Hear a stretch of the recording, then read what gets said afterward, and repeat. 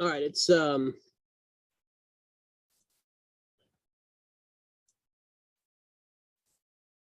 30th, 2021, and I'm David Knight with Project JFK CSI Dallas. This is Project JFK CSI Dallas presents the Journey Spotlight Series. With our special guest tonight is going to be David Denton, and he is going to be doing his presentation here just in a couple seconds. I would like to remind everybody that the chat feature is on, so if you would like to share information, please do so. There's going to be 4 parts tonight to David's presentation, and in between those 4 parts, we're going to stop for a Q&A. So during those breaks, I ask that any questions that you may have, please limit them to what was presented just before the Q&A break. And if you have questions that maybe you think of later on, please go ahead and ask those at the end of tonight. And for anyone that maybe their microphones don't work, you can always submit your questions in the chat log, and I'll be more than happy to read those to Mr. Denton, and then he can give an answer to that. So for those of you that joined us in the past, you will realize that our Journey Meeting Spotlight Series is a little bit different. It's not kind of a free-for-all like our normal Saturday meetings are. This is more of a refined, kind of like a conference presentation to the extreme, more than just a normal 50-minute presentation. Also, the replay will be posted by tomorrow. So if those of you that may need to leave early, we totally understand that. Just remember that if you leave early, then of course, if you have questions, you won't be able to get those answered here in the meeting. But that will be up on our YouTube channel and also on projectjfk.com. And for those of you that like what we're doing and continue, want to have us continue doing what we're doing, if you would like to make a donation, you're more than welcome to at projectjfk.com's homepage. You can click the donate button and make a donation if you choose. With that, I am going to give a introduction here, and then we will start off.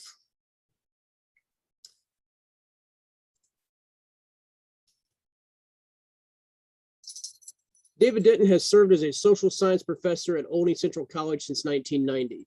In 2001, he began teaching a course on political assassinations of the 1960s, which explores the deaths of President John F. Kennedy, Robert F. Kennedy, and Martin Luther King Jr. Denton became interested in the JFK assassination in the late 1980s, and for 2 decades has attended historical symposiums on the subject in Dallas, Texas. He has interviewed several people associated with the case and has researched hundreds of documents related to both Kennedy and suspected assassin Lee Harvey Oswald. In 2013, he helped organize a 2-day event at OCC marking the 50th anniversary of Kennedy's death. The conference brought together nationally known academics, scholars, and authors to lend their perspectives on the events leading up to and following the assassination. In 2014, Denton organized and participated in a national conference in Washington, D.C., focusing on the Warren Commission report. Mr. Denton has authored several articles based on his extensive research. A collection, Essays on the Assassination of President John F. Kennedy, was published by Midnight Rider News and is available at www.lulu.com and jfkhistorical.com. David has given numerous presentations on the JFK assassination across Illinois and Indiana at both public libraries and forums. He participated in the Illinois Humanities Council Speakers Bureau from 1995 to 2002, giving presentations on Oswald, the JFK assassination, and the Vietnam War. In recent years, David directed an oral history project exploring the Vietnam War 25 years later. The work, funded through the Illinois Humanities Council, features interviews with 125 veterans from across Illinois and across the nation. The resulting 600-page document was distributed to local libraries. Denton also produced the video documentary Victory on the Home Front, Remembrances of Lawrence and Richland Counties During World War II. The IHC-funded project includes interviews with Lawrence and Richland County residents, detailing the activities, sacrifices, and patriotism that they experienced while living on the home front. Denton holds both a bachelor's and master's degree from Eastern Illinois University. He was the 1999 recipient of the OCC Alumnus Award. Tonight's presentation is entitled Coup d'etats in America, What Do the JFK Files Tell Us? And with that, I'm going to turn it over to David Denton and let him give us his presentation. So David, go ahead and take it away.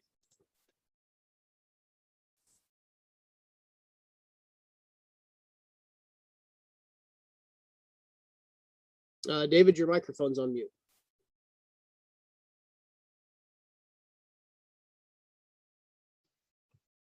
Now, how's that?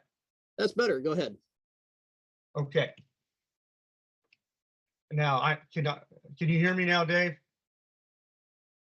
Yes, we can hear you. Okay, can I go ahead and bring my presentation up? Yeah, Okay. absolutely. Okay. So is that good on your end? No, Good? go ahead and click share screen, and then you're going to pick the window that your PowerPoint presentation is on. All right. Okay. So all right. I got to get rid of this. Let's see.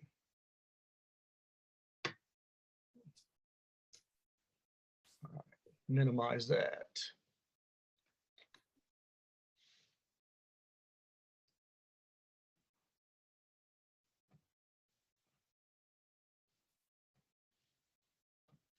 Okay, we'll get there. Let's see.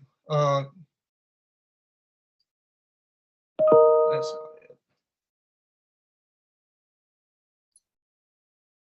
still struggling here, Dave.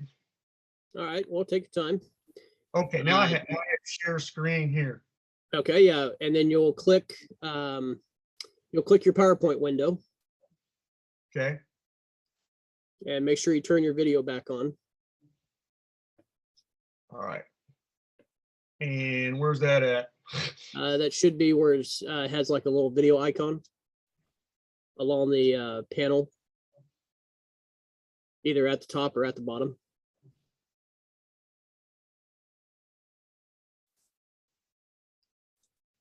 Okay, I see it now.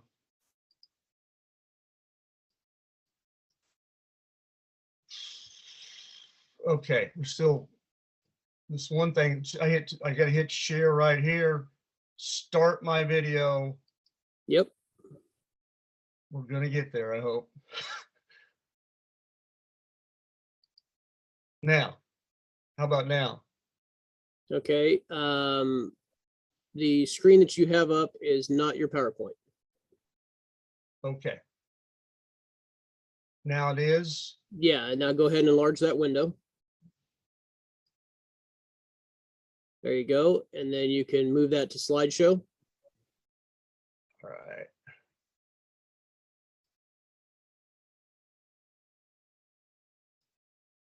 And then from beginning. Oh, yeah. All right. From current slide, possibly? Yeah, that'll work. Yeah. Yeah. Now, finally. Okay, good. There we go. Apologize for all the histrionics there, but appreciate to get on board. Okay.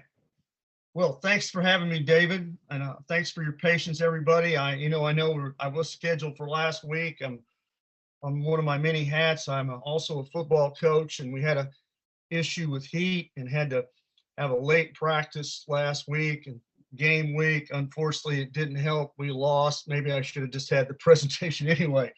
But I'm glad to be here tonight and glad to share this with you.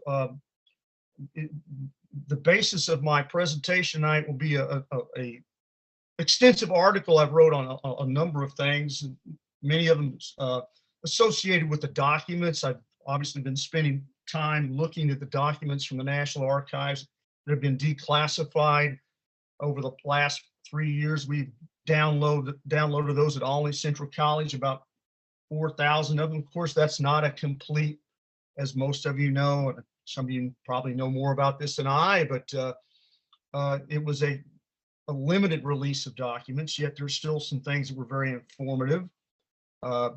Some stuff still redacted. I'm going to be talking about that tonight. And most of you are aware of the fact that former President Trump said the remainder of documents would be released in October of 21. That still is an issue that's up in the air.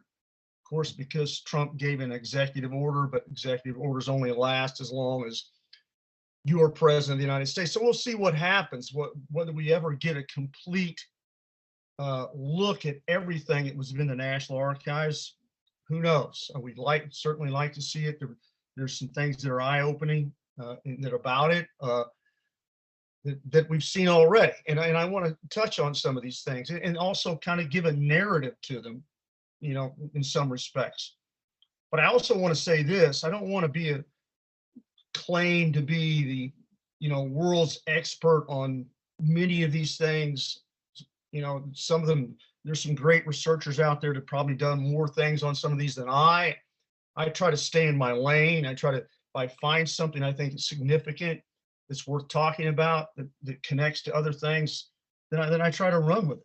The reason why I put a title of coup d'etats in America, because I chose to do something with this article, and I'm going to do something tonight, and it may be politically charged. I understand that, but and I'll talk more about this later. But I've talked with a couple trusted guys that I know in the research field. One, Mal Hyman, professor from South Carolina. I'll talk more about my conversation with him about that, and also Ed Tatro about, you know, what happened on January 6th. Was it a coup d'etat? Does it compare to what happened in Dallas? What were the parallels? Where are they different? And some, you know, depending on your political persuasion, you might have an entirely different opinion about whatever did or did not happen in January 6th. But I want to look at these things because, you know, we define what is a coup d'etat. What does it mean to be? What happens when folks attempt to conduct some type of overturning of election through violent overthrow, through assassination, through whatever means? It hasn't happened that often in America. Most of us, and obviously in the field that we are in, the folks that are here, believe that definitely there was a coup d'etat in America in 1963. And how that rings true in January, well, that's one of the things I want to touch on, along with a lot of the new documents. So that's a little bit of my intro. Some of you might have seen some of the things I've talked about before. If you've seen my presentations before, what I try to do is there is sometimes an overlap with what I do, and I apologize if you've seen some of the things that I've talked about before, but I'm always trying to kind of add to it a little bit, or more context to it, or make a few more connections, and try to build those things from there with some of the documents we're about to look at. So this is really a kind of a broad-based thing. I try to do both with my article and my presentation. I'm trying to cover some ground on documents and also some narrative, some historical narrative as well. So if that hopefully will get you to understand what I'm trying to accomplish here. Okay, well, let's go on. Let's my first slide here talks about, and I think this is always something that all of us, because I know many of you are engaged in some of the same things I've done in dealing with the Kennedy assassination. We probably all of us get questions all the time. We pay attention to what's in the media about the JFK assassination 58 years later, and it still comes up. It may come up in ways that we don't like, but it still comes up. And sometimes those ways are frustrating for us, and it's frustrating for me. I mean, and I see a narrative in the past couple of years with what's gone on, particularly obviously with the pandemic, the quote unquote conspiracy theories that are out there from different things. And sometimes we see what I would call the media establishment, whatever, how you want to characterize those folks that find themselves in the media, that the JFK assassination has some relevancy to the fact that it maybe connects to as being a forerunner to today's paranoia out there, whether it be QAnon believers, stolen elections, anti-vaxxers. I mean, again, those are all things that are all, I understand, politically charged. But I think that's not a fair narrative. And I know most of you would agree the same thing, because many of those things that we've just mentioned are baseless in some cases, or in most cases. I mean, the QAnon stuff, who knows how far out that might go. And it's a false narrative. as I say, all conspiracies are not alike. Basically, because when we look at the JFK assassination, there are facts of conspiracy, and we can, we can go and I know many of you that are here tonight have done that as well as I have to try. In my article, I suggest it's become particularly tiresome to have to argue the same facts over and over again that make it so clear that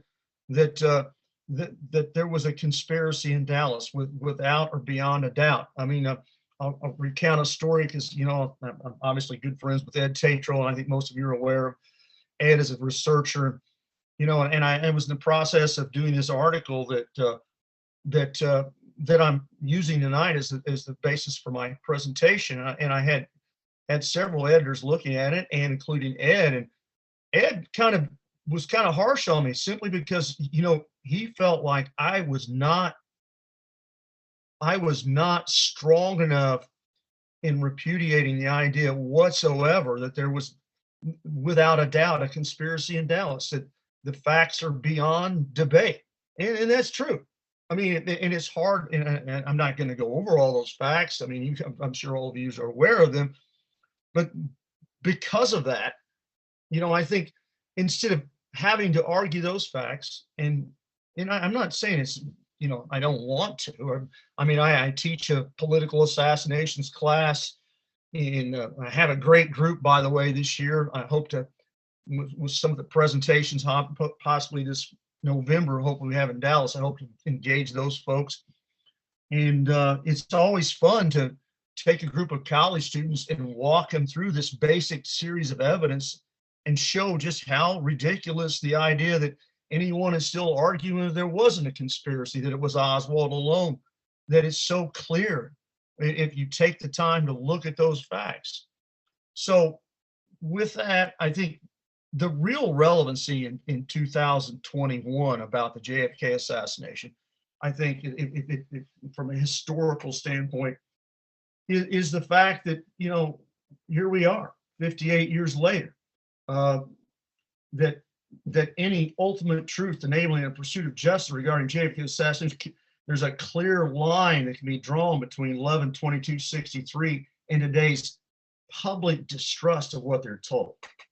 To me, that's the real connection with the JFK assassination of today, I think, is that you can almost draw a line between the beginnings of public distrust and what our government and our institutions have been telling the American people. There's a clear variance there between the institutional narrative of what happened in Dallas and the majority of Americans that believe the opposite, despite being bombarded with program after program and media distortions and marginalizing those who suggest conspiracy. Yet still, here we are. That the public has a distrust with what they're told. That's part of the problems we run into today with some of the issues that I just mentioned earlier. A general public distrust in our institutions has caused a great deal of difficulty. To me, that's one of the major lessons of Dallas, and I just wanted to strongly make that point. So let's keep going. So let's get into some documents, if we will, and some things that I have uncovered that I think are significant. And I want to start with this because, again, this is pretty relevant to in recent news. I think those of you researchers probably recognize the fact that I refer to him as CIA chief and leftover Cold Warrior R. James Woolsey, who released a book earlier this year entitled Operation Dragon: Inside the Kremlin's Secret War in America. And again, I can kind of recall some folks coming up to me, what do you think about that? I mean, could the Russians been involved with the JFK assassination? And of course, I think the easy answer is it's complete disinformation. I mean, the idea that Khrushchev and the Russians might have conducted an assassination attempt against JFK as sort of some revenge situation, and it just doesn't hold up. It has no rational basis. And I think this is a complete falsehood circulated by somebody in the CIA immediately after the event as well, and has no as I say, no rational basis. When you take a look at the history and the things associated between particularly Kennedy and Khrushchev and what was going on, I mean, we're all well aware, I think, of the American University speech in June of '63, where Kennedy really in his essence, is reaching out with a sort of rapprochement, if I say that correctly, and the Soviet reaction at that point in time. Historically speaking, that American University speech given by JFK, "We are all mortal" speech, was the first speech printed verbatim without redactions in the Soviet controlled media. It got their attention. It got Khrushchev's attention. They could begin to see maybe as JFK as a rational partner and working towards some sort of peace, some way out of a potential World War III and Cold War situation. And it just doesn't make any sense that, why would this, and obviously the nuclear test ban treaty that came in September, why would the Soviets risk World War III with an assassination attempt? It doesn't pass the rational test. And I bring this up because I think there was a significant document that we came across in the National Archives that kind of validates that. I want to show that to you. Of course, here's the New York Post article associated with Woolsey's book. Here we go. But here's a very important document, I think, that would kind of look at this thing, dated 1967. Shamrock, who apparently is some sort of inside source inside the KGB that the CIA had, is reporting back how the Russians, their viewpoints about what happened in Dallas. Now, we've already seen some things. Some national press came out. I think there were other documents came out that early on that the KGB and the Russians believed behind the scenes with documents that the ultra right wing and possibly Lyndon Johnson may have been involved. You might remember those headlines. But here's something that goes a little further with this. Shamrock reports that the Soviets had the KGB made an extensive study of the assassination. And the result of this study, the KGB concluded that President Kennedy was killed by representatives of a group of monopolists characterized as the military-industrial complex of the United States. Interesting, the monopolists, the military-industrial complex, were their conclusions. The KGB felt that President Kennedy had tried to limit the activities of the group of monopolists, and therefore they planned the assassination. Now, that's that again, something that we've already looked at maybe a little bit before, but further down, I just find this stuff fascinating here at the bottom of this document. Shamrock, as this inside source, reported that Soviets felt that President Kennedy's death was a great loss, not only for the United States and the Soviet Union, but for the whole world. According to Shamrock, the Soviets felt that they could trust Kennedy, they could deal with him on a cooperative basis, and further stated the Soviets mourned Kennedy's death, a situation which Shamrock considered very unique in as much they were mourning a leader of another country. Now, I ask you, I would ask R. James Woolsey, why would the Russians, someone that they held apparently with such high regard, according to this document, they mourned his death, how they would be associated in that assassination? I think this document just further confirms, I think, the ridiculousness of that idea and the disinformation that might be, at least in my opinion. So, okay, well, let's go on. Well, I've talked about this is some that, if those of you have had me before, some of this might be a review, but again, I kind of want to lay the groundwork for this a little bit. In terms of the CIA folks that we want to look at, and I think I want to focus on three: Harvey, E. Howard Hunt, and David Morales, because we've had a chance to look at the documents, the personnel files of all three. I've talked about Harvey a little bit before, so again, I apologize if you heard some of this stuff, but it kind of leads on. But let's start with Harvey here. Harvey's oftentimes been described as a real-life James Bond.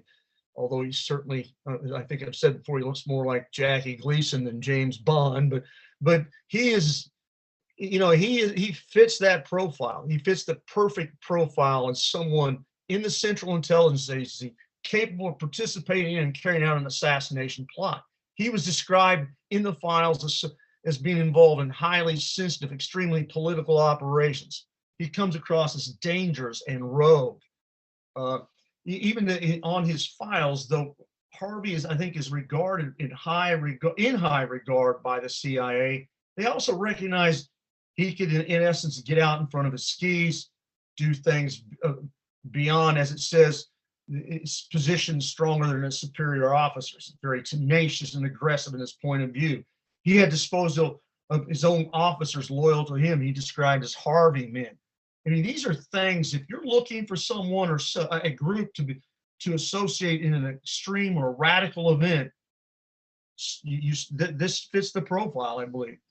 And again, a commendation in 1956 that I found in his files talks about extremely sensitive details concerning it are such that considerations preclude the filing of accommodation in Mr. Harvey's folder at this time. So as early as 1956, apparently William Harvey was doing some stuff the CIA felt like we don't even want to put in the files. And so he was capable of extreme things. I think that's something that's going to be a theme throughout when we talk here. So let's move on.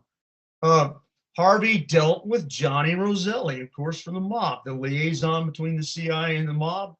I mean, the CIA at one point, we found documents that in their euphemistic terms talked about engaging in gangster type actions. In other words, they're willing to go hire mob people to do their dirty work. And of course, Robert Mayhew was one of the go-betweens making connections. This is all stuff maybe you already know.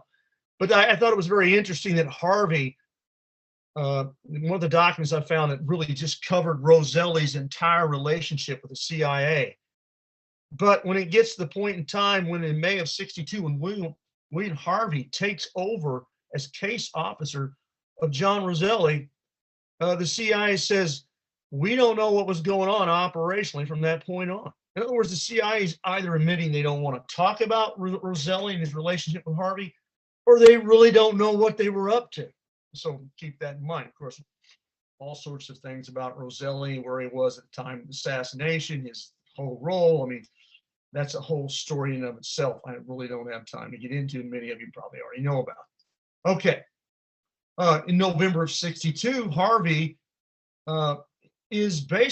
writes a long report of the situation in Cuba. There's a sense of resignation and frustration, and openly criticizing the Kennedy administration after the failure of the Bay of Pigs and Cuban Missile Crisis. You know, that's a prime example where Harvey really got out ahead of himself, because Harvey, of course, didn't wait for a supposed invasion of Cuba at the height of the Cuban Missile Crisis. He sent his teams in to Cuba to wreak havoc and conduct limited war. And I think that's a big reason why even folks in the CIA were ticked off at Harvey and had him exiled to Rome. In fact, here's a document. I don't know how well you can read that. There's such things as, I know even Lansdale was particularly upset with Harvey's actions in Cuba. Talked about he'd broken his lance and had to be replaced. He earned another black mark for not being fully under control. So there you go. You get some things that about Harvey, and this point in time where he's exiled in Europe.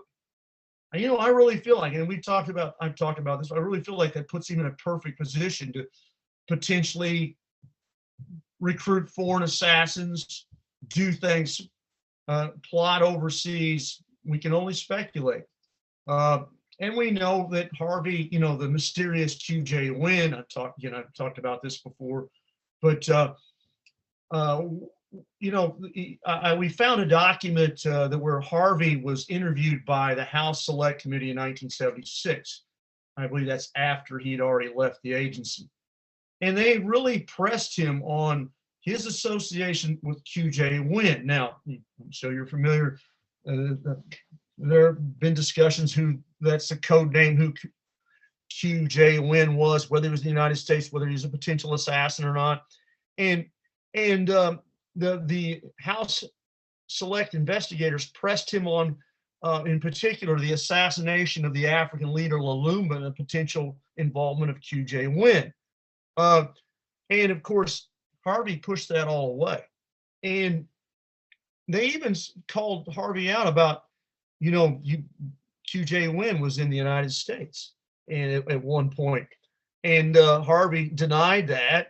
And then, of course, the House Select Committee people come, or the investigators says, look, we've got a plane ticket that you took care of for QJ Win flying from Miami to Chicago. So basically, he was caught almost red-handed there, denying the fact that QJ Win was in the United States. Then he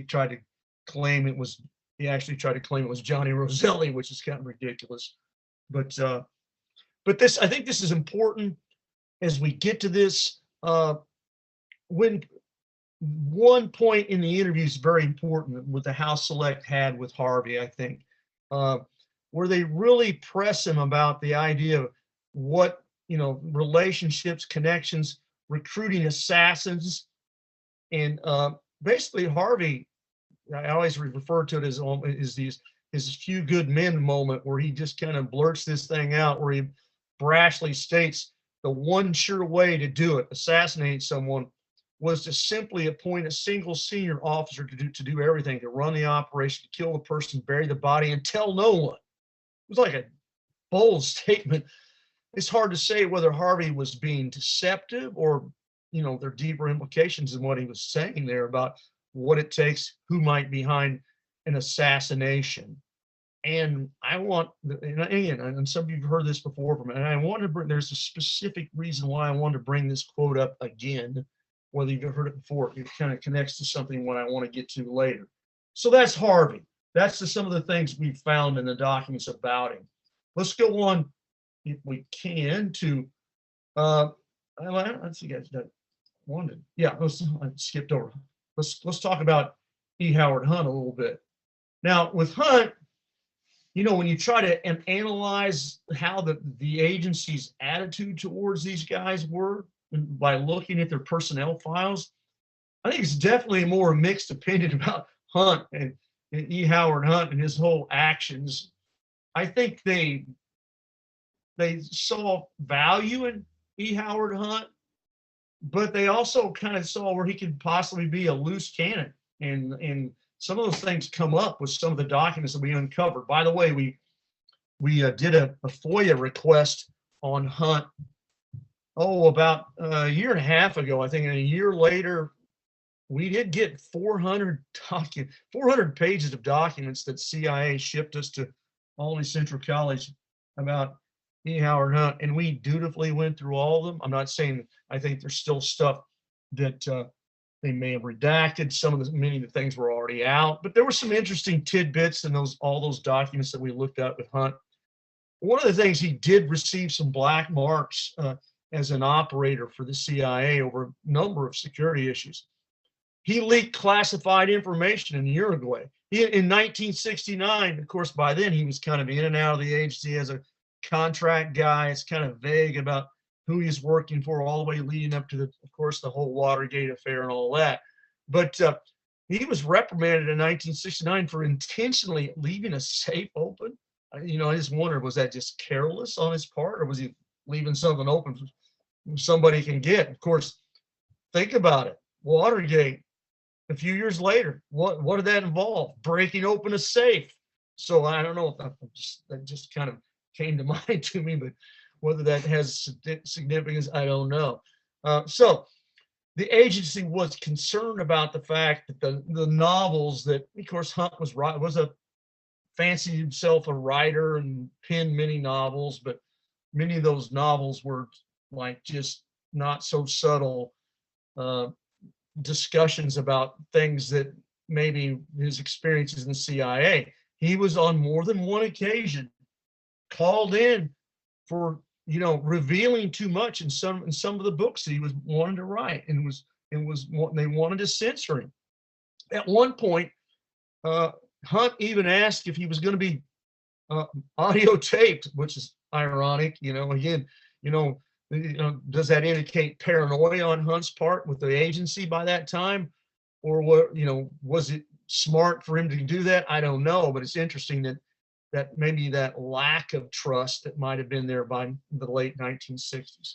Of course, like Morales, excuse me, like Harvey, Hunt was ultimately, if you want to call it, exiled to the CIA base in Madrid in 1964 after he was involved in some surveillance he was trailing around Barry Goldwater during the 64 presidential candidate for God knows what reason. So Hunt was a guy that was just kind of all over the place, in what he did. And sometimes he stepped on the wrong toes, I think, in the agency, I believe.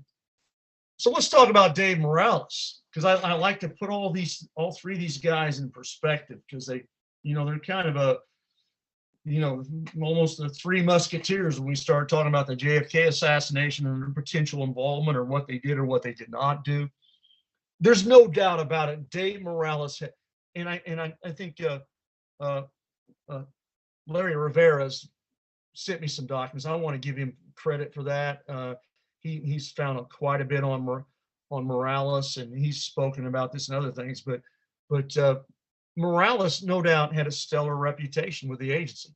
He was kind of the do-it-all guy. I mean, a 61 document described him as a one-man gang, and I'm going to come back to that in a minute. I want to connect that with something I mentioned earlier. And his work was of the highest order, quantitatively and qualitatively. He was further described for his versatility while operating out of the JM Wave Station, excelling in all sorts of counterintelligence, sabotage, political action, propaganda. And then it mentions in the document, and a great number of miscellaneous activities that defy classification. Here we go again. The CIA is apparently suggesting here, even in their classified documents, that Morales is up to some stuff that they don't even want to talk about. So that's when I say we can only speculate what that means. So let's go back to that one-man gang thing for a minute, though, because remember earlier, and I went through the Harvey stuff again, and I just sometimes I try to make connections, and I just wonder when Harvey made that statement to the House Select Committee, he said, "Takes one man to do it all." Was he talking about Dave Morales? I mean, obviously Morales we know that made some subtle submissions of its potential involvement. Others have pointed the finger at him in terms of the JFK assassination. And so those are the kind of things I try to look for in terms of narrative and the documents. I mean, most of us look at documents. We don't claim to find smoking guns or here's who did it, that sort of thing. But if you dig down into these and do apply some imagination to what we're looking at, maybe we can see more about what some of these things say. So would this be a good time, Dave, to kind of take a stop here and stop for questions? What do you think, Dave? Is that a good time now, or should I go on? Yeah, I think we could stop and take some questions, and then we can continue. Okay. All right, let's open up the questions and answers section here. Does anybody have any questions from what David has said so far in his part one of his presentation? I know that there was one question that was asked. Do you have the RIF numbers to the documents that you showed? Do you happen to have those?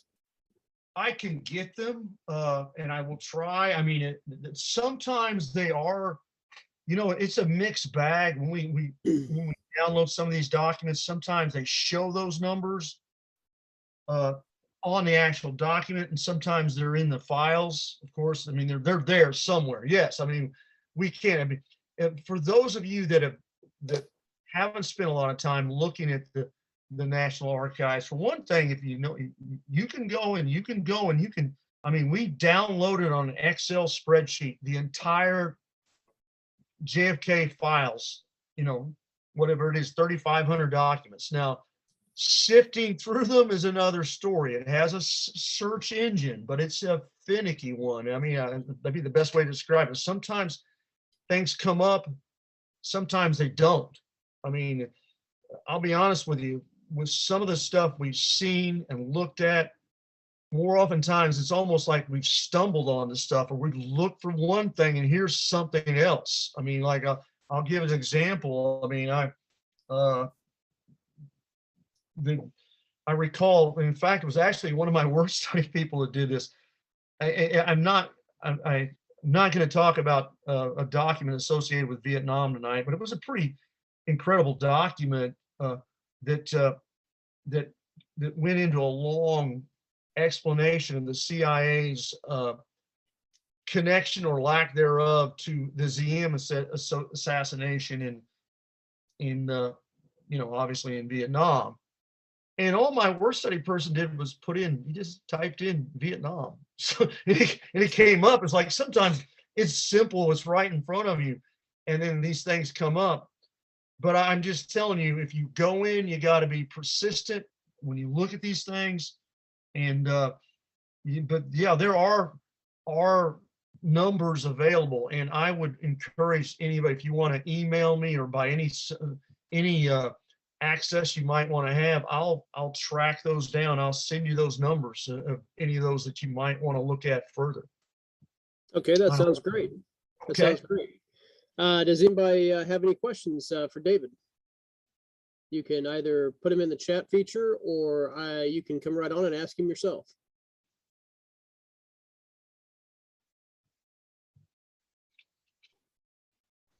Hey, David, this is Casey Quinlan. Yeah, go ahead, Casey.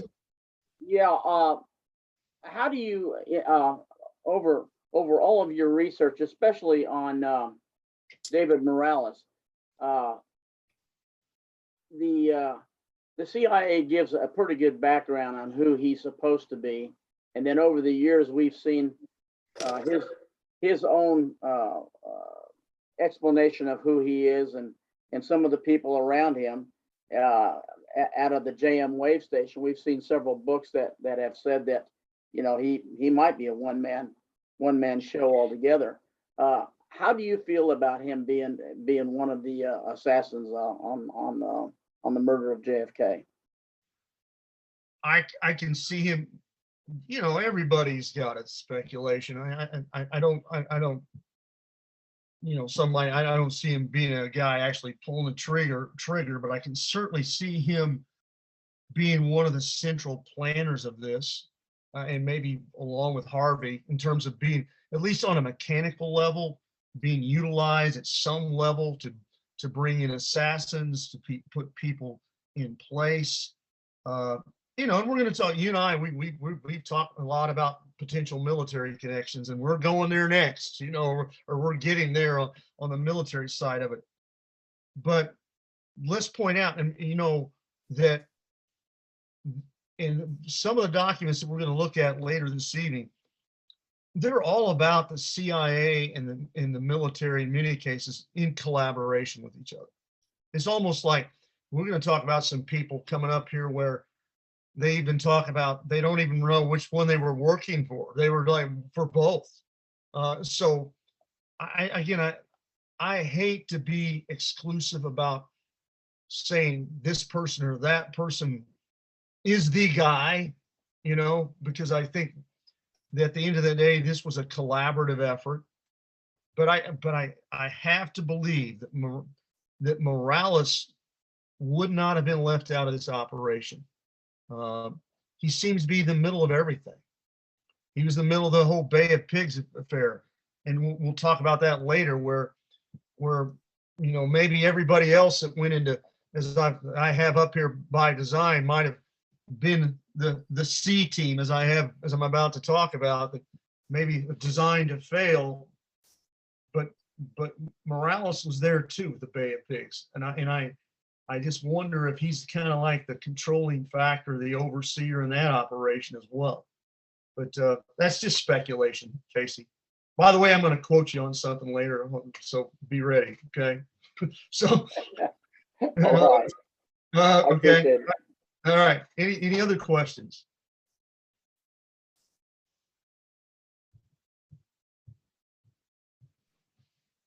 All right. Well, I don't think that anybody has any questions. They're not speaking up for it. So I know it's kind of the start into the presentation. So let's go ahead and move on with the next section there, David. Okay, good. Well, this is some, I kind of was discussing that earlier, that this whole thing about the Bay of Pigs, and I think I found what I feel is a really important document about that I want to lead into it, and also talk about Mr. Alan Dulles in association with that, and some other things as well. So, as my slides suggest up here, JFK researchers have long speculated the Bay of Pigs operation by the CIA was set up to fail in order to maneuver JFK into a full-fledged invasion into communist Cuba, and there are good reasons to believe that. And I think a great source for reading about that, and there are plenty of sources, but David Talbot's book about Alan Dulles, the Devil on the Chessboard, I may have mistitled that, but it talks about Dulles and his strange behavior during that whole Bay of Pigs operation while he was so disengaged in what should have been a very important operation. I think he was giving a speech down in Puerto Rico, and when the CIA, other people in the CIA were freaking out when the operation with the Bay of Pigs seemed to be falling apart. Dulles seemed to be not too concerned about it. And what others have suggested, that one of the top guys in the CIA would later suggest that they really didn't send in even the B team into the Bay of Pigs operation. It's more like the C- team, that people the top people that should have been involved in that project were not there. And again, I think the exception to that is the Morales. Morales was involved, and I still kind of wonder about that. But they were just kind of pulled together, a kind of disparate group that maybe wasn't up to the task to even pull off the whole assignment, which would again maybe give an indication that, did the CIA really want this thing to fall apart, to force Kennedy into backing him into a corner where he had to invade Cuba?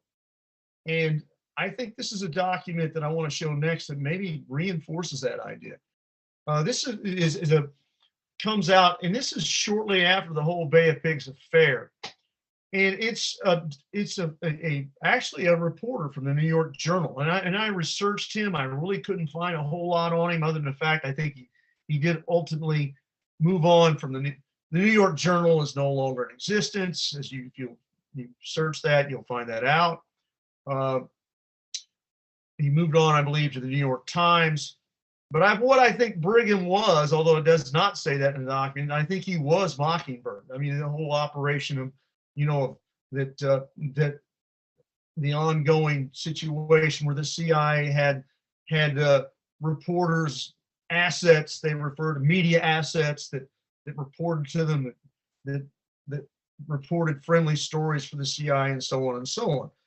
And so, and this is the reason why I believe that, but because Brigham actually goes to a CIA station and reports dutifully that he did a lot of interviews with the Cuban exiles that were associated with the Bay of Pigs operation afterwards, and personal sources. And he came to the conclusion that the recent invasion was badly handled from every aspect by the CIA. In the opinion of many of the Cuban exiles. Now, we always had this narrative that the Cuban exiles blame Kennedy, and I'm sure that there's truth in that. But it's interesting. Here we go. A lot of those guys on the ground that were conducting that operation were also incensed with the CIA itself and how it was handled. He said that even a segment of the Cuban exiles are of the opinion, and this is very important, that the recent Cuban invasion was doomed to failure by design on the part of the CIA, and holding the CIA responsible. I mean, that's a damning piece of evidence or document that prevailing attitude that the CIA wanted this thing to fail. And that would be further confirmation, I think, that, they really were trying to paint JFK into a corner to come in sent into the military, that was the only way to really achieve their objectives, that they had no intentions of this thing actually effectively working. Okay. So I think this is an important document. So I want to share that with you. Okay, let's go on. And more about Dulles, okay, since we got on that subject. Of course, I've also came across a document I think that's significant in that we kind of want to look at this narrative that how much Allen Dulles was involved in terms of the cover-up and of the assassination afterwards. Of course, we all know Harry Truman wrote an op-ed, and the former president at that time, Harry Truman, like a month after the assassination, writes an op-ed article, just blasting the CIA as far as being out of control. I've never had any thought that when I set up the CIA, that would be injected into peacetime cloak and dagger operations. It didn't take too much reading into that at all, but the timing of that Truman had suspicions of the CIA and the assassination of JFK. I mean, he didn't come out and say that, but the timing of it is undeniable. So we know Dulles, he's doing damage control right away. He writes, first of all, writes a letter to Truman asking him to back off from his position. He pays a personal visit, and Truman just said, no, I'm not backing down. When all that failed, he even tried through some secondhand sources to suggest that Truman, by that time, 80 years old, was senile. Well, it's very clear that Truman went right on. There was nothing about senility there. There were other assertions after that Truman continued to make about the CIA being a rogue operation. But it also to me suggests that Dulles is front and center in terms of the cover-up of the JFK assassination. Well, we know that he was obviously appointed to the Warren Commission by LBJ, and he was very much in control of everything in terms of the evidence from that end of it as well. But another document kind of really illuminates that too, that we came across, that I think is significant. I want to show that to you. Actually, I don't have that actual document, but I'm just gonna characterize, because when we tried to download it into the PowerPoint, it just wasn't legible. So I'm just going to go ahead and explain what the document did say to you.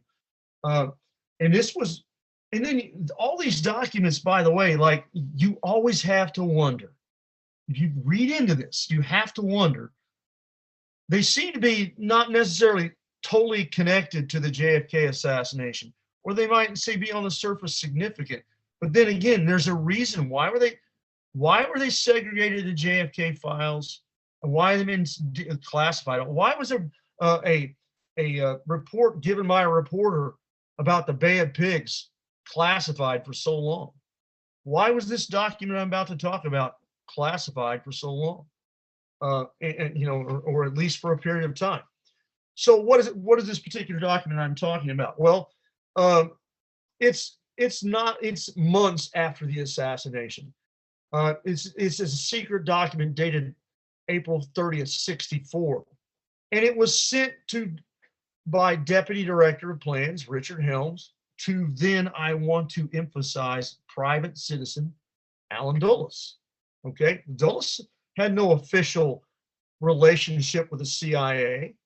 And the document basically is alerting Dulles to the fact that a book was being written by Thomas Buchanan. I think some of you might be familiar with it. I think my friend Pete Hymans, I don't know if he's here tonight, but Pete said, hey, I read that book right away when it came out.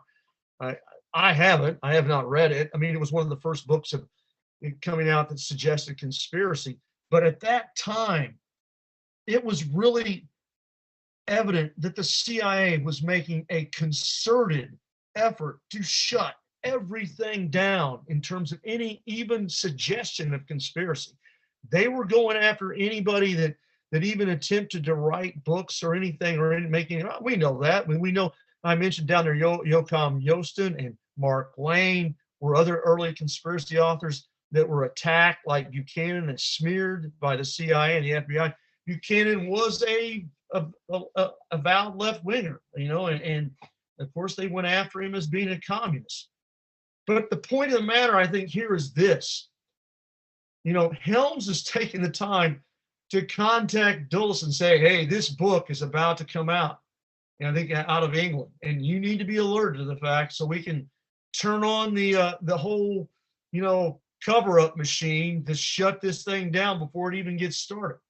It's an indication to me that Dulles is the key person outside the agency, but nonetheless the key person in handling the cover-up of the assassination.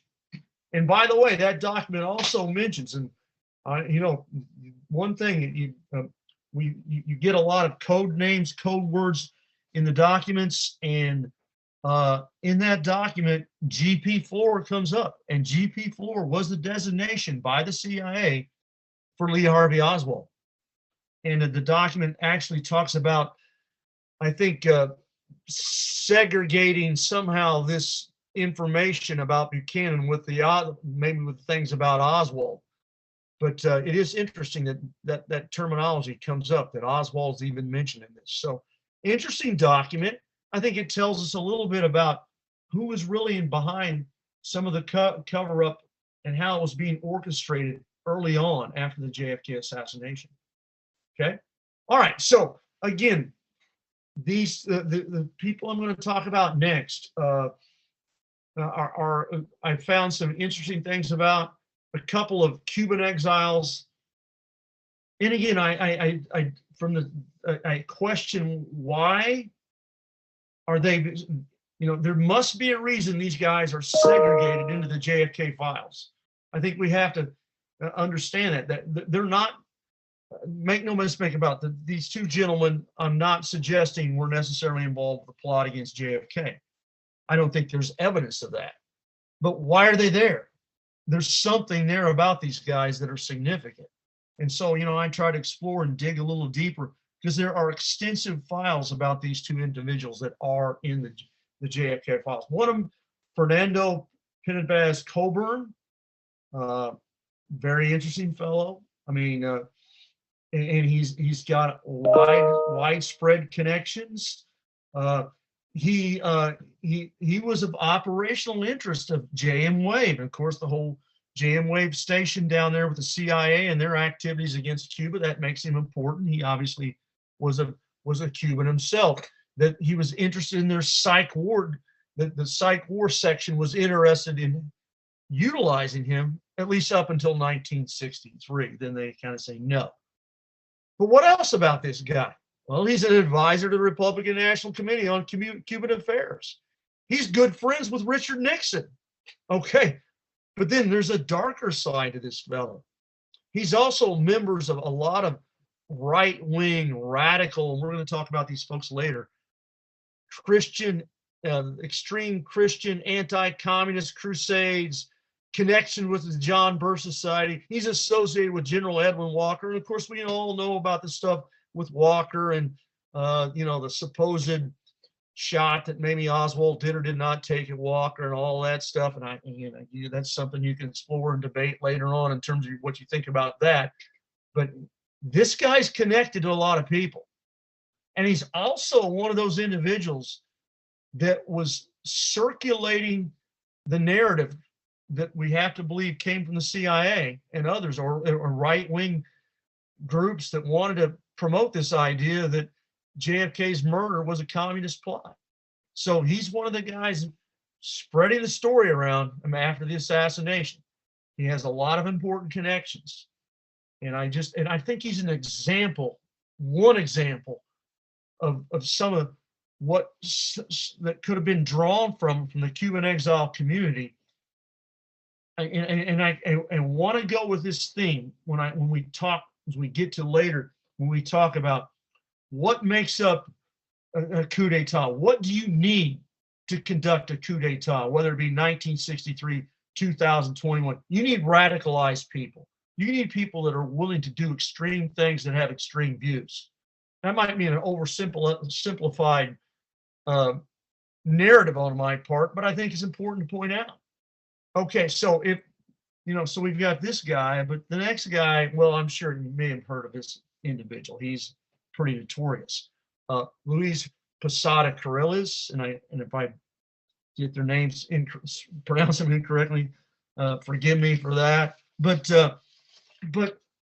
this guy is, well, he has a long history. Let's put it that way. He has a long-running relationship with the CIA. He was given the cryptonym WK Scarlet-3, and up until a point, we'll talk about that in a minute. And then when you look at the hard thing about tracking some of these Cuban exiles in the files and other ways, and I know some of the researchers are familiar with this, is that these guys had so many aliases. I mean, it's hard to track them even. I mean, then one document on Posada had 5 aliases alone on this guy. I mean, he was involved in all sorts of things. He all sorts of jobs. He was a mechanic. He was this. He was that. He joined the United States military. He was training. He was for a short time. I think he believed he was an officer in the Army. So he has a military connection. And he's connected, obviously, with the CIA. And it's interesting about him. I mean, I've got a few quotes on him I wanted to talk about. Ultimately, early on, the CIA actually regarded him as not that bad a guy compared to with the Cuban exiles. I have a quote here from one officer who said, "He's not the typical kind of boom and bang individual. He's acutely aware of the international indications of ill-planned or overly enthusiastic activities against Cuba." Really? When we start to talk about some of these things that this guy did, and he's not one of their more radicals, who were the radical ones the CIA had if he wasn't? As I put up here, Peter Kornblum of the Independent National Security Archives suggested that Posada was a creation of the CIA created and unleashed a Frankenstein. Okay, by 1973, when the CIA got wind of the fact or they believed that Posada was running drugs, they disassociated with him. But that didn't stop, that they thought he was a trafficker. But that didn't stop Posada from doing all sorts of anti-Castro type activities all the way into the 2000s. This guy obviously had enormous contempt for Castro and spent his whole life orchestrating attempts to either depose or assassinate Castro. He has been associated with long been suspected of being involved, along with Orlando Bosch, with the notorious bombing of a Cuban airliner in 1976. Some people believe that he was involved with the sabotage of that. He was involved with a mobster named Frank Lefty Rosenthal. He died at 2018 at age 90, and is still regarded as a hero by many in the Cuban exile community. And it is a fact that CIA is still withholding documents on Posada. So again, what's the narrative here? Do I suggest? I mean, I think he was involved with the planning of the Bay of Pigs. He wasn't there. Do I think he was somehow associated with the Kennedy affair? I don't really think so. But I think he typifies the folks that could be used or extracted in some sort of mission in terms of radicalization and extremism, in terms of people who could be utilized for those type of operations. And he's prominently in the JFK files. Okay. All right, let's move on. So Antonio Viciano. Okay, well, all right, here's a guy that, again, I debated whether even going through the stuff with Viciano. Again, I've spoken on it before. It's been a long-running debate in the JFK community. I understand that about Viciano and his role, his connections to Phillips, whether he was telling the truth or not. He changed his story. There's a whole lot of things there. I'm not going to get too deep into that. Because I think there's a couple different sides to Viciano. I think, whether there was a Maurice Bishop, whether he actually met him or not, did he concoct that whole story? I know Dr. Newman suggested, and rightfully so, that the timeline when Viciano came out and finally admitted that he did meet with Bishop, who, or AKA David Atlee Phillips, that his timeline when he first met Phillips doesn't work. Did he concoct this story to cover up something in terms of the military's involved with the JFK? Those are all a ton of questions, I know. And I don't have time to delve into tonight, and I don't claim to be an expert about it. I just want to bring out documents about Viciana for folks to see. And then they can judge for themselves about where Viciana stands in the whole JFK picture, okay? And I think what is an important question, if a lot of folks feel like Alpha 66 was, again, focus on, if you want to have answers about the JFK assassination or any other coup d'etat, you focus on, you look for those radical enough to conduct those types of operations. Of course, many people believe that Alpha 66 fits the bill. I mean, they're the guys that could have been associated. And they conducted, and Viciana was Alpha 66. They conducted all sorts of operations against Castro. I believe they were associated with the, thank God, the ill-fated, didn't work bazooka attack that would have killed Castro and Russian cosmonauts and probably started World War III. Thank God that one didn't work. So these guys were serious people. The question is, Viciana and Alpha 66, who are they really connected to? Who can we trace them back to? And I think the documents do tell some stories in that respect that I would like to share with you. And here's one, and this is actually a 201 file that the CIA had on Antonio Viciana.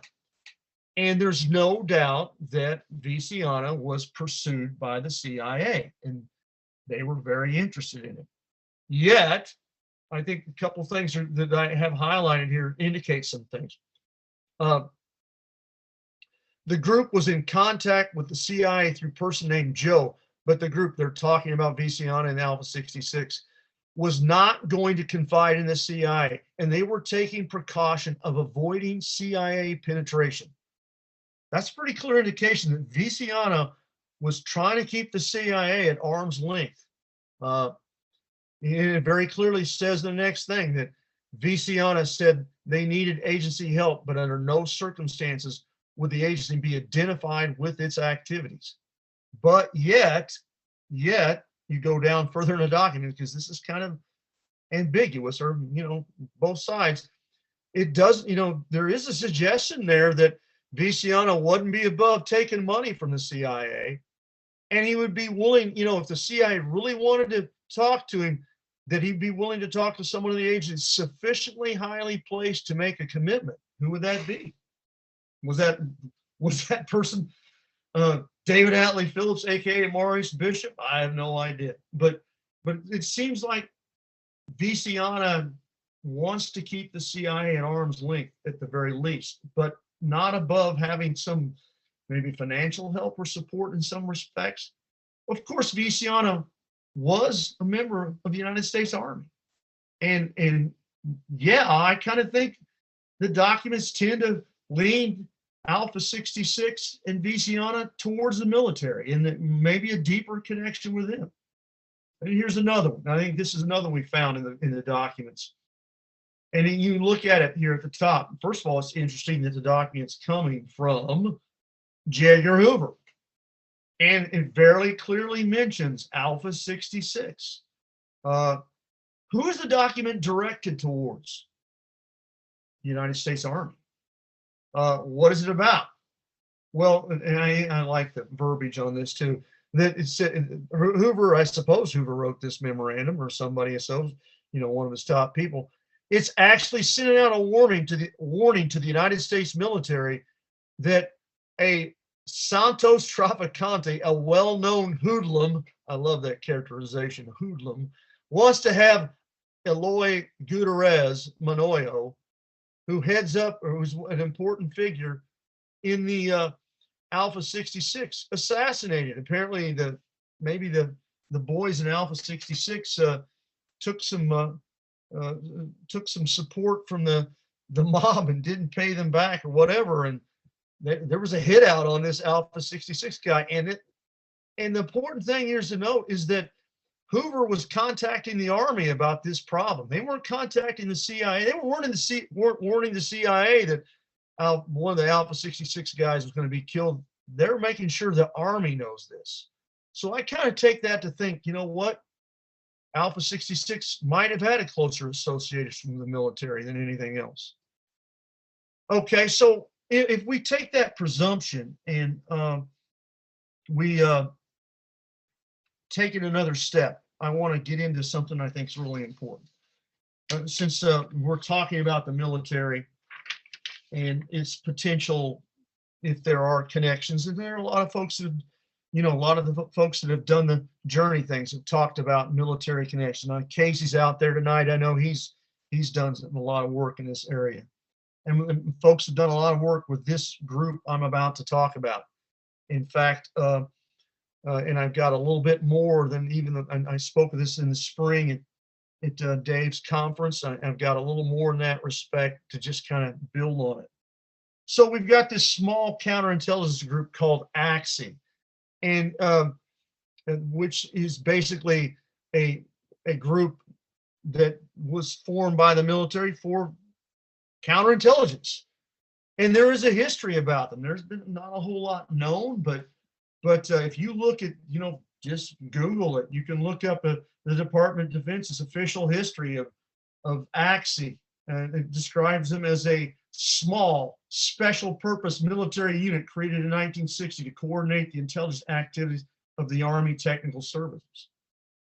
I came across this quote from Fletcher Prouty. Of course, we know Prouty, liaison between military and the executive branch. What's your opinions of him? But Prouty at one point made the quote that these guys actually was the black intelligence arm of the United States military, which says or suggests they were potentially some dangerous people. Here again, I come back to my theme about radicalization or willing to conduct extreme operations. If you want to look at if you want to find who might be involved in a coup d'etat at any level, in any place, you've got to find people who are capable of and willing to do extreme things. Okay, and I think this document that I came across is one of the more important documents that I found in the files that's just characterizes exactly that. So it is coming straight from AXI. It's going to the Chief of Staff of the United States Army. And you can see I'm going to put the header on this particular document. Consequences of elimination or removal of Castro. So they're serious about what they want to do here. I mean, make no mistake about what their intentions might be. But let's go further. Let's look. So they come up with a list. In fact, you can't see it on the document. I have it cut off, but it says a list of ideas. Okay, and I love the fact that they put asterisks by a couple of things that are particularly maybe eye-opening or even disturbing. And you can clearly see number 2, remove Castro and or other key political leaders by assassination, kidnapping, bribery, or placing a bounty on them. Now, to me, that's a pretty amazing thing to see, because, and I've said this before, because, well, we know there were 26 assassination plots by the CIA, supposedly orchestrated attempts against Castro. It's not like the agencies weren't in the CIA weren't and others attempting assassination. That's not the point here. I think the point is, though, that I think you would be hard pressed to find actual CIA documents where they openly advocate assassination of Castro in particular, or other leaders. Now, there may be some things out there. I think some people have mentioned things to me, maybe in an indirect way. But this agency, these guys in AXI are saying point blank, let's go kill him. Let's go kill him. To me, that says something right there about who these people were all about, and what their activities might entail. And I like the bottom one, number 8. Hey, they weren't above using biological warfare either on Cuba. these guys were willing to take some. Now they say that they, except on humans, of course, we could just kill all the vegetables or vegetation in Cuba. These guys were willing to do some extreme stuff. I think, and we're going to talk about, many of you are familiar with Northwoods, and we're going to get to that, Operation Northwoods, and the operations they wanted to conduct against Castro or suggested to Kennedy. But this really goes beyond, I think, Northwoods. Okay, I think that would be my point here. Okay, well, let's talk about some particular individuals associated with the Axie. And Dorothy Matlack, she's been high on my list lately. I know Casey just called me. That's what I want to bring up a couple days ago, and found another little tidbit I want to kind of talk about Dorothy Matlack. And of course, some of you might be associated with or be aware of Matlack and her, where she's come up at. Well, right here, what do we have? We know she was Axie.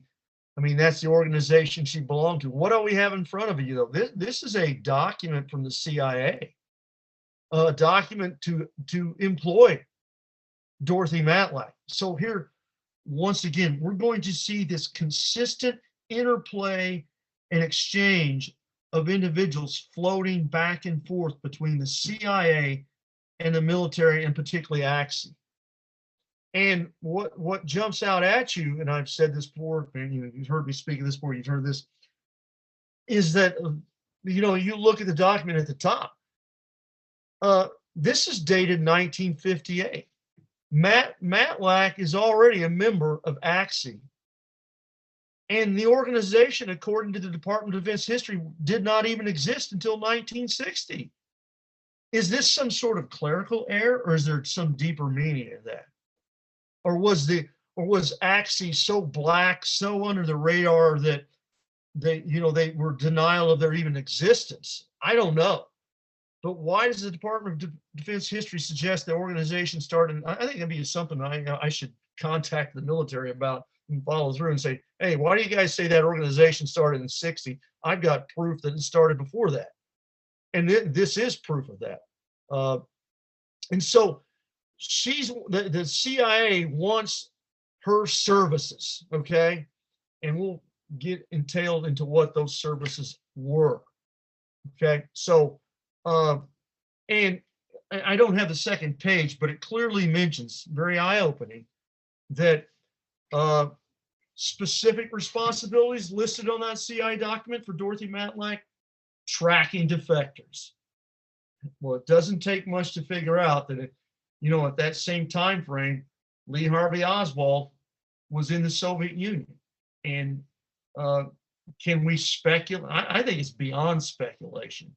And again, Casey came up with something that he pointed out to me that might illuminate that bit. I want to mention that in a minute. But so, I mean, what was Matlack, as a part of Axie, one of those individuals tracking Oswald in Russia?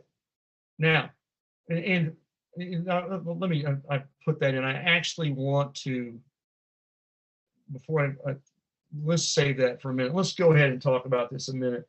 So, Casey talked, of course, Frank Brandstetter, I believe. And again, if I get some of this wrong, Casey, I know you're out there, you can correct me, or otherwise nicknamed as Brandy. Well, Casey looked at his autobiography.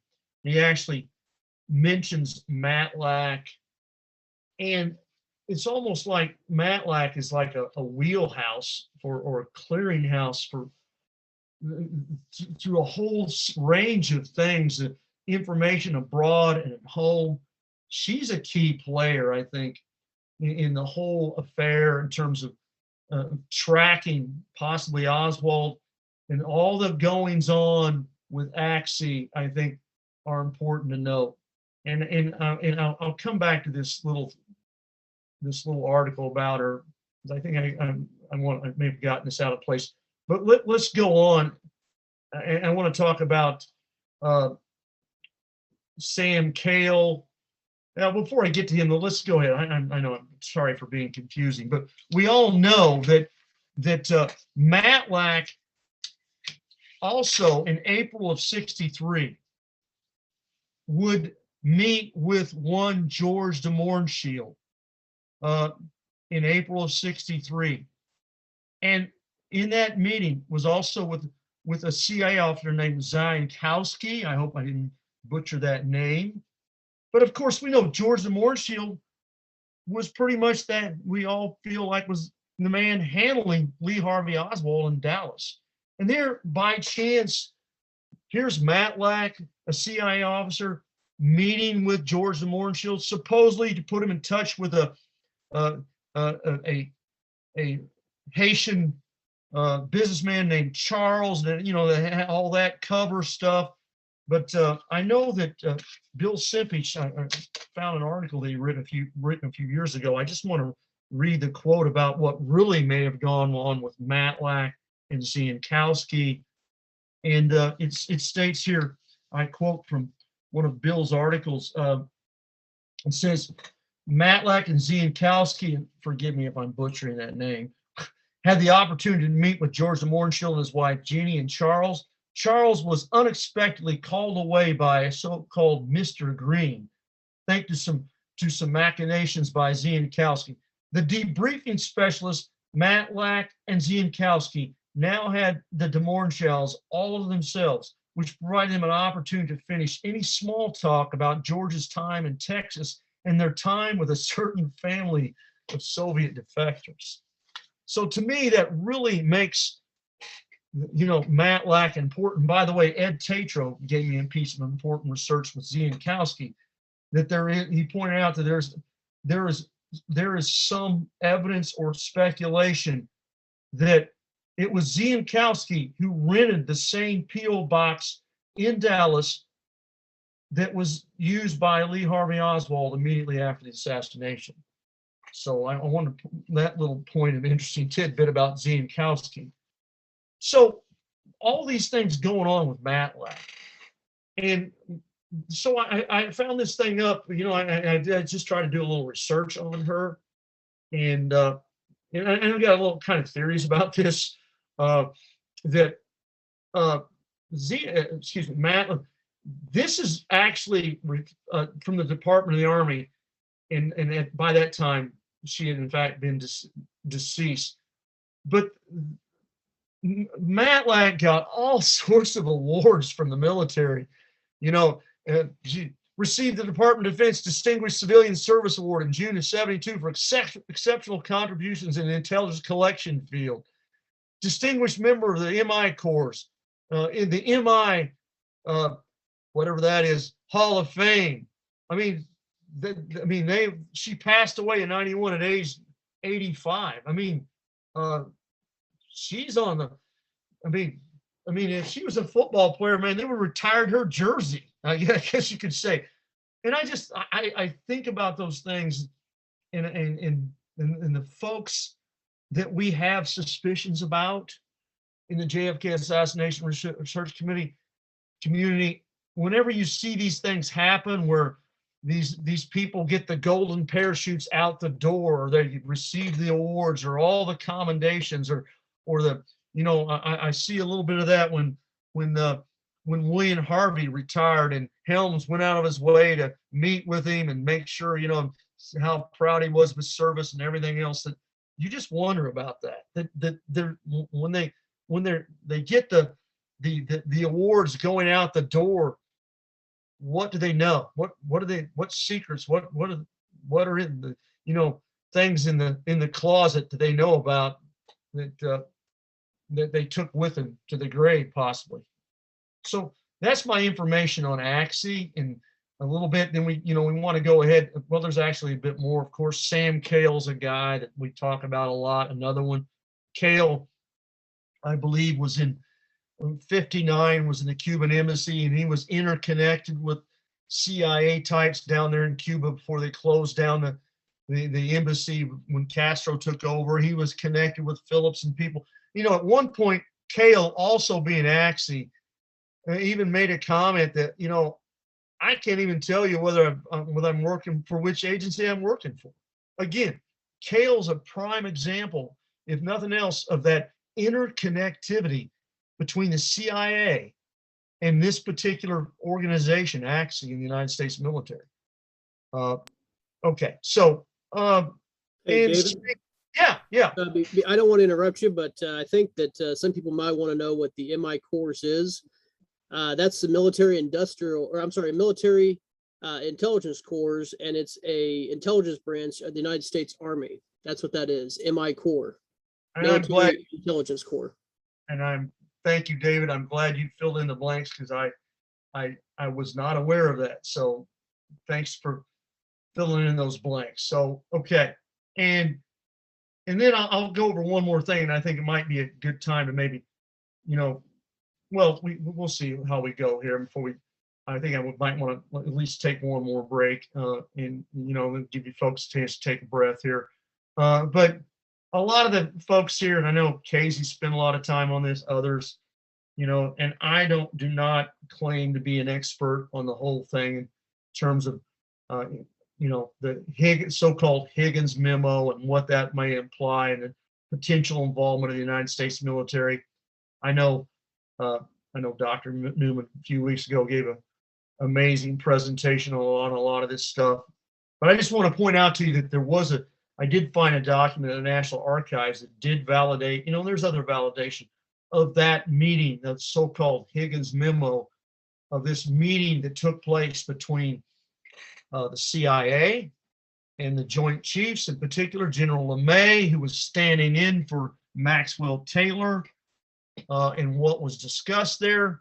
Now, of course, the Higgins memo associated with a Colonel Higgins who took notes, who maybe went far more in depth than what this cover document has. And unfortunately, and I've looked, and I've tried. I would encourage others.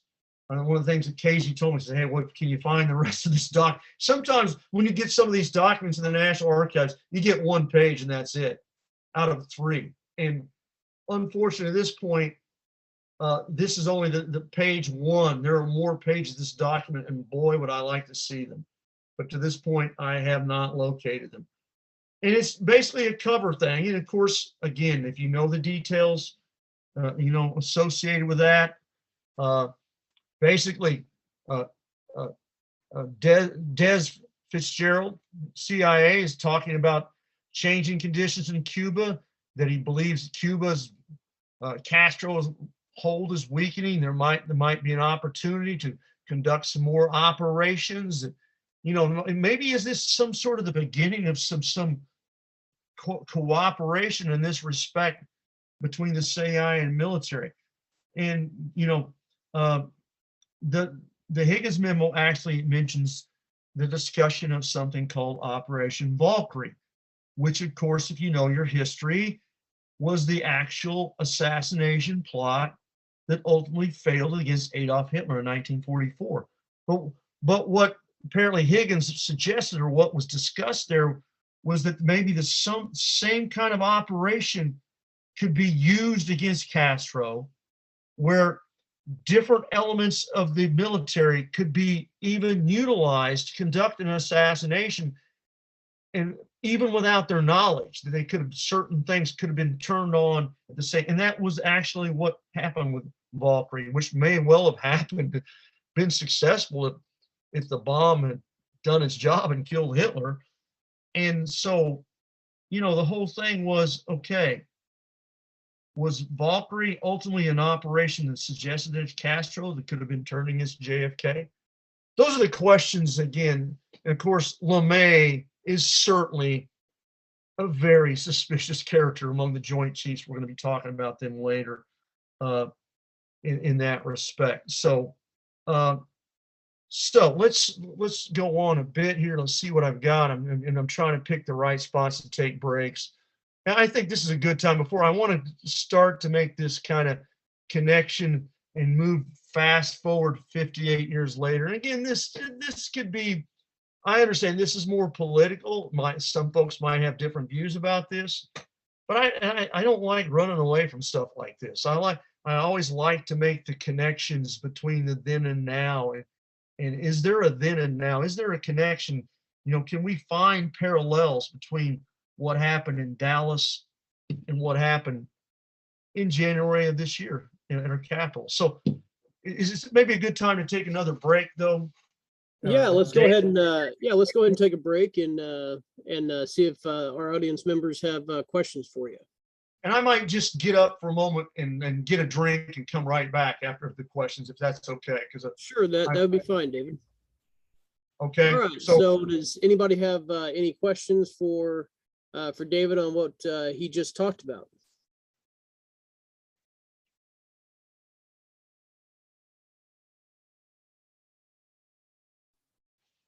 Yeah, David, this is Casey again. Yeah.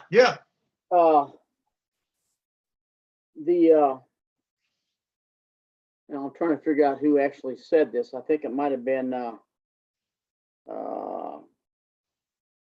Jim Lazar, but I'm not sure if it was him now or not. But they were talking about the document that you just were talking about in 1963 in September. Right. The Higgins memo.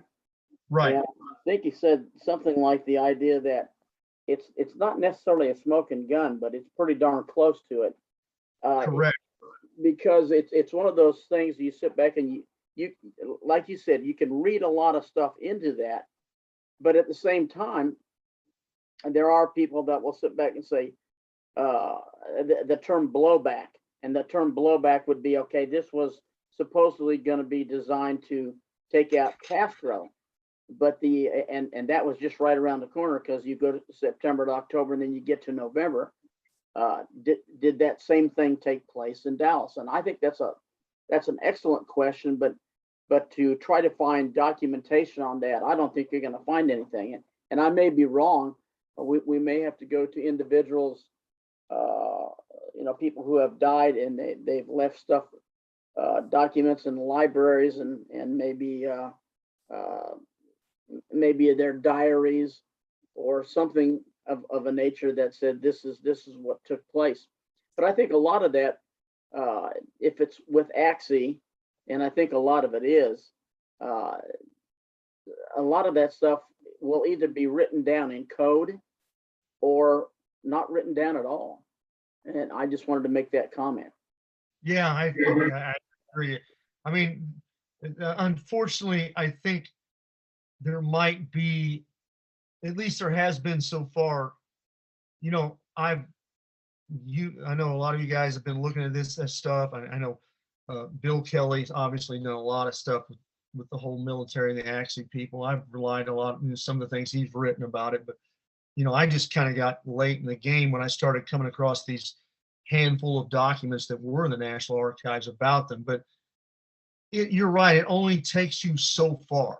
I mean, and but like you mentioned, and I'm sure people are aware of this, and I quote from my article that that this, they discussed the idea of using this plot against Castro, and yet suspiciously this detailed study has never surfaced in any documents, even when requested by, like you mentioned, Jim Lazar and Dan Alcorn. They've tried to go after and try to find that document that might show what did that detailed study about Valkyrie really end up with. So there was a suggestion that it was out there, but nobody's found it, right? I think that's the way to put it right now, right, Casey? I mean, in that respect. Yeah, I would agree with you, but it does it lays open a whole bunch of different speculation, and the speculation is pretty heavy in the area of that. Well, could this have been the plan, the operational plan that blew back into the United States through AXI and the Joint Chiefs of Staff and took out JFK? Well, and I have to give praise to the researchers who are going through these tremendous amounts of documents, but at the same time, I'm not really sure if you're going to find documents that are related to this. So basically, I think what we have left is we have speculation. And I know that we don't want speculation. We want actual documents that lead us to something that we can pinpoint and say, this is exactly what took place. And I think little by little, once we start seeing the relationship between people like James Angleton and let me see, people like Dorothy Matlock, and when you start seeing that inner workings of the CIA and who actually handled Oswald, maybe just on paper, but even if they were just on paper, it was one of those things that you sit back and say, okay, there is a paper trail with Dorothy Matlock and the CIA and AXI. And that was never brought out in the Warren Commission or the House Senate Select Committee. Correct. And I agree with you when I wonder how many times I've made that statement, like you just said, Casey, but what are we left to do but to speculate? When we start to try to understand what happened in Dallas, I think because of the lack of a legitimate investigation, and I'm going to talk about, I always try to talk about that at the end, I want to give my viewpoints about, the whodunit part of it. We all try to, and how far we can or can't go. But just, if there's been no legitimate investigation, Casey, right? What do we do? What are we left to do but to speculate? And so we do. But sometimes our speculation is based upon strong facts or strong narratives that lead us in a direction too. It's not like we're just pulling these things out of thin air, right? I mean, Absolutely.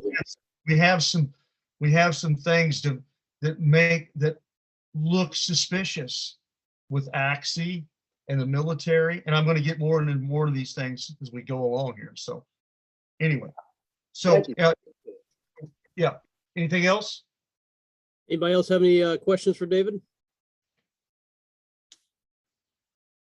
Okay, well, I think we're going to take a couple-minute break so that way David can get some water, and we'll be right back. So everybody I'll be hang right tight. back. Okay.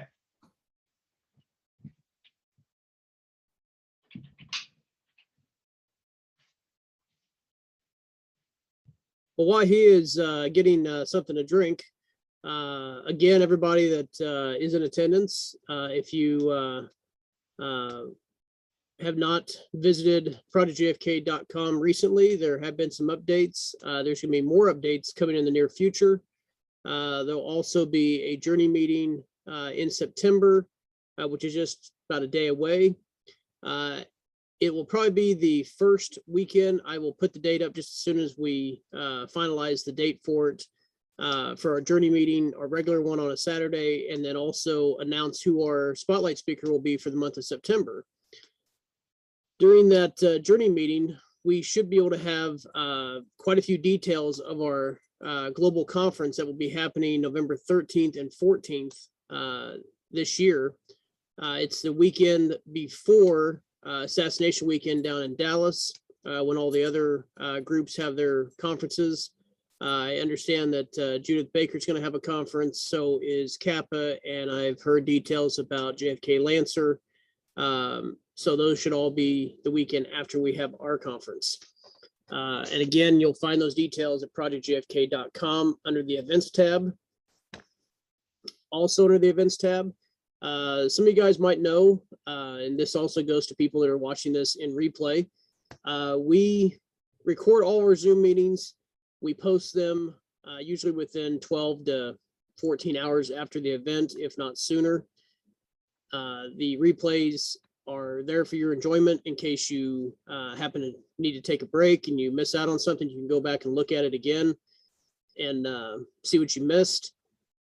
Also, the chat log is always, if there is a chat log for the journey meetings and the spotlight series, which most of the time that there is, those are listed there as well. Plus the links that are shared from some of our attendees, those links are always searchable. We also have a MP3 section. So if you want to download the audio only file and take it with you to listen on an MP3 player, your cell phone, in your car, you're able to do that as well. And again, all that is under the events tab at projectjfk.com. I see David's back with us, so I'm going to turn it back to him and he can continue his presentation. Go ahead, David. Okay, well, before I leave, we were talking about the potential involvement of the military, in terms of looking at, the possible assassination of JFK and what connections might be, if you will, kind of a 7 days in May scenario, of course, associating with that movie. And there's no doubt that when you take a look at the Joint Chiefs, and again, I think I'm going to get around to Operation Northwoods in my documents. I will get there. I mean, we'd like to, there's some folks there that raise suspicion. I mean, LeMay, of course, as a true Kennedy hater who openly challenged the president during the Cuban Missile Crisis. Some researchers actually believe LeMay might have been at the autopsy. And that's, again, we're back to speculation around how much that's grounded in fact. I thought it was interesting that Dr. Newman, discusses General Maxwell Taylor, and I draw a quote from him who considered Taylor, who of course was supposed to be a friend of the Kennedy family, but that Dr. Newman considers Taylor almost to be a quote unquote Trojan horse, which is an interesting way to put it. But again, I keep coming back to this theme, and it will segue into what I want to talk about next, is the idea of what a coup d'etat means and the significance and importance of finding some level of radicalization and willingness to do extreme things. I think there's a clear indication of that in the Joint Chiefs in 1963, and in terms of being willing to participate in something of that along those lines. So we move forward to January 6, 2021. And this is, I'd say this is politically charged. And folks might have different viewpoints about it. I understand.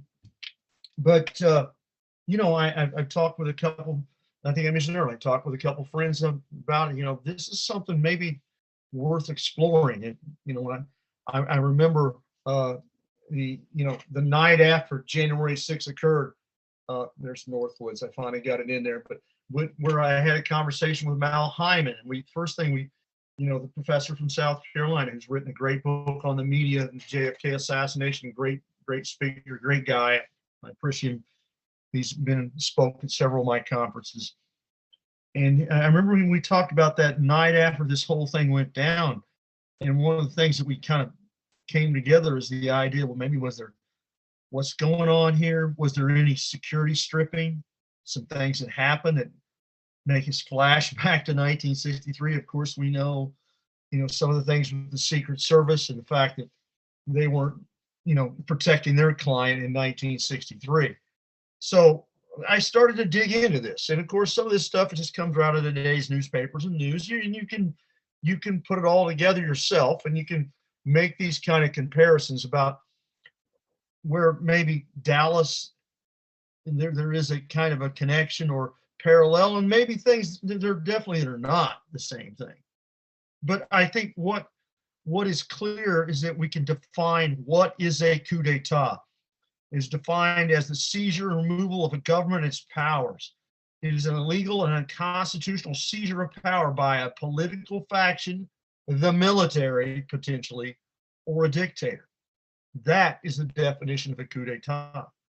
And so can we look at these things and what happened and put that characterization as a coup d'etat attempt? I mean, was it just a bunch of ragtag extremist Trump followers who, got all excited and decided to riot and spontaneously have this event in terms of storming the Capitol? Was there more organization than that? Can we really look at this in terms of plotting, planning? And a lot of those things remain to be seen. And as I said, It depends on, maybe in some cases, your party affiliation. Of course, some folks on the right think maybe, hey, maybe it was orchestrated by Antifa or Black Lives Matter, although there's simply no evidence of that. There are congressmen that, you know, seem to be in denial about this sort of thing and what happened. Uh, Even, you know, one Georgia congressman referred to the insurrectionists as tourists visiting the Capitol. Really, a lot of folks, some folks died there. A lot of destruction of property, and a lot of people were in dire positions at one point for just to be a tour of the Capitol. Even Trump made the point that they were praised the rioters as loving and patriotic, as great people, that they were ushered in by the police. There was hugging and kissing. Boy, you hear some of the accounts from the Capitol Police, and you don't, that's 180 degrees in the opposite direction in that respect.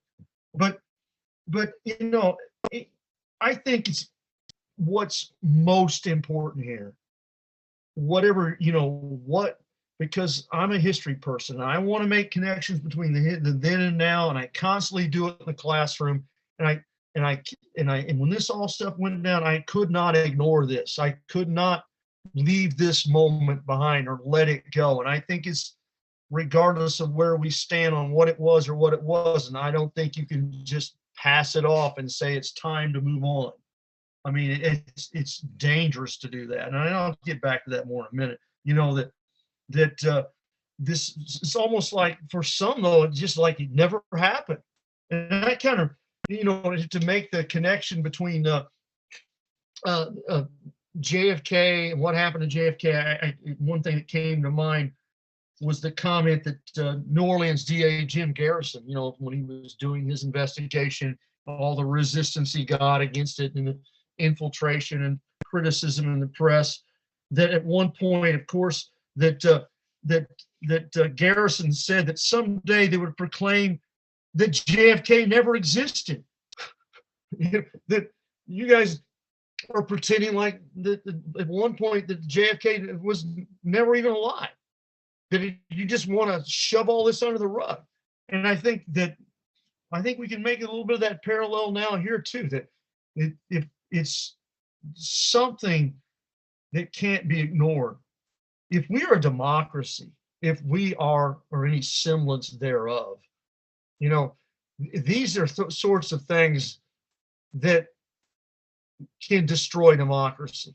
And you know, and I would suggest that all of us believe, of course, that what happened in Dallas was definitely a coup d'etat and badly damaged our democracy. I don't think we totally lost it, but we'll get more into that in a minute. But one of the things we can look at is, of course, a military parallel. What about military involvement? We've discussed this already, and to me, there's clear indications if we bounce back to 1962, that's where I'm bringing the whole Operation Northwoods thing, which of course many of you are familiar with already. That were indications that in 1962, the Joint Chiefs of Staff, just how extreme they were. I mean, Northwoods was a series of recommendations to the Kennedy administration. Here we are. What do we do with Cuba? What do we do with Castro? How far are we willing to go to do almost extreme or insane even operations, false flag and covert operations that could potentially provide a pretext for invading Cuba? They made all sorts of proposals to Kennedy about, you know, they'd shoot down an airliner and blame Castro, blow up a ship in Guantanamo Bay and have a remember the Maine moment and can blame it on Castro, invade Cuba. These all things were coming from Lyman Lemnitzer, who, of course, I think Dr. Newman talked about in his presentation a couple weeks ago in great detail, just how extreme Lemnitzer was. And of course, they even went so far with Operations Northwoods to even suggest that if John Glenn in 1962, of course, the first man to orbit into space for the United States, if that rocket blew up on the pad, which is a very real chance it might have, hey, let's just go ahead and blame it on Castro and invade Cuba for that one. These are the kind of things that they were actually bringing to McNamara and the Kennedys to do. It's not hard to understand that the Kennedys just, and McNamara just dressed them down and humiliated them. What are you coming to me with this stuff for? But it shows of a level of extremism. So why am I bringing this up? Well, let's go back to today. Where do the Joint Chiefs stand on all the things that happened in January and even before? And I think you see something that's totally opposite, I think. Maybe fortunately for the United States. The behavior of the Joint Chiefs in regard to some of these goings on before and after what happened in January are entirely different. In fact, the head of the Joint Chiefs of Staff, General Mark Milley, actually made it clear in the summer before that we are not going to engage in anything or have any role in the elections. And it's clear that Milley had deep concerns. Of course, he's the guy that, that Trump had, parade across the street and go to the church during the Black Lives Matters things. I think he was potentially embarrassed by all that thing. And I don't think he had a real high regard for Trump after that. But he had deep and clear concerns. It's pretty amazing when you read this stuff. And of course, a lot of this came out with the book I Alone Can Fix It that the Washington Post reporters wrote about that the potential that there for a coup d'etat in case that Trump did not win the election.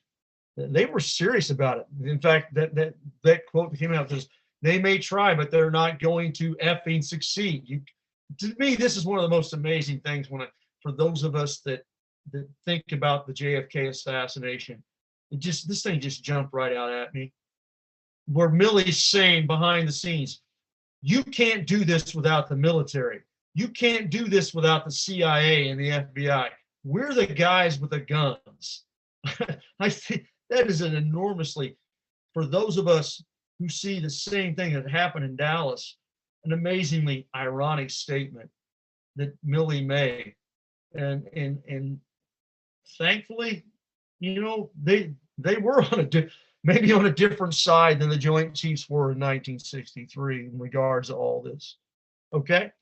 Well, let's keep. So Milley talked about it, the potential for a Reichstag moment, where that supporters of Trump might be like Hitler's brown shirts in the streets. He was genuinely worried about what might happen and what the military might have to deal with.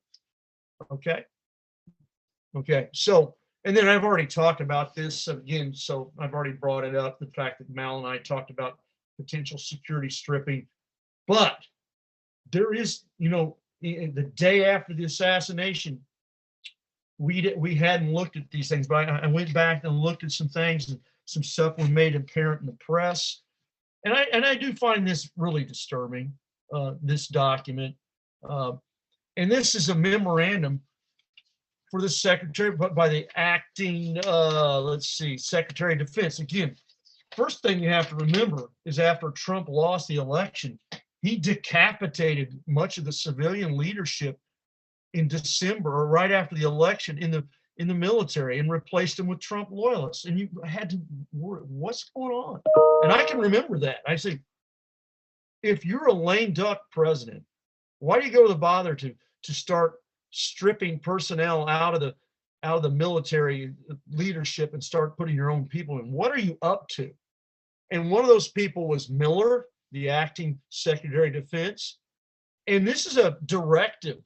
Take note, 2 days before the assassination. And we can understand maybe what maybe there's an innocent explanation for all this, but you read through these things.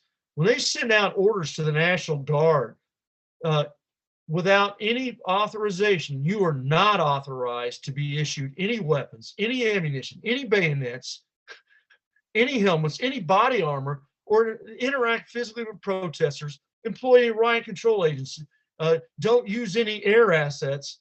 They were literally tying the hands of the National Guard before this event. Why?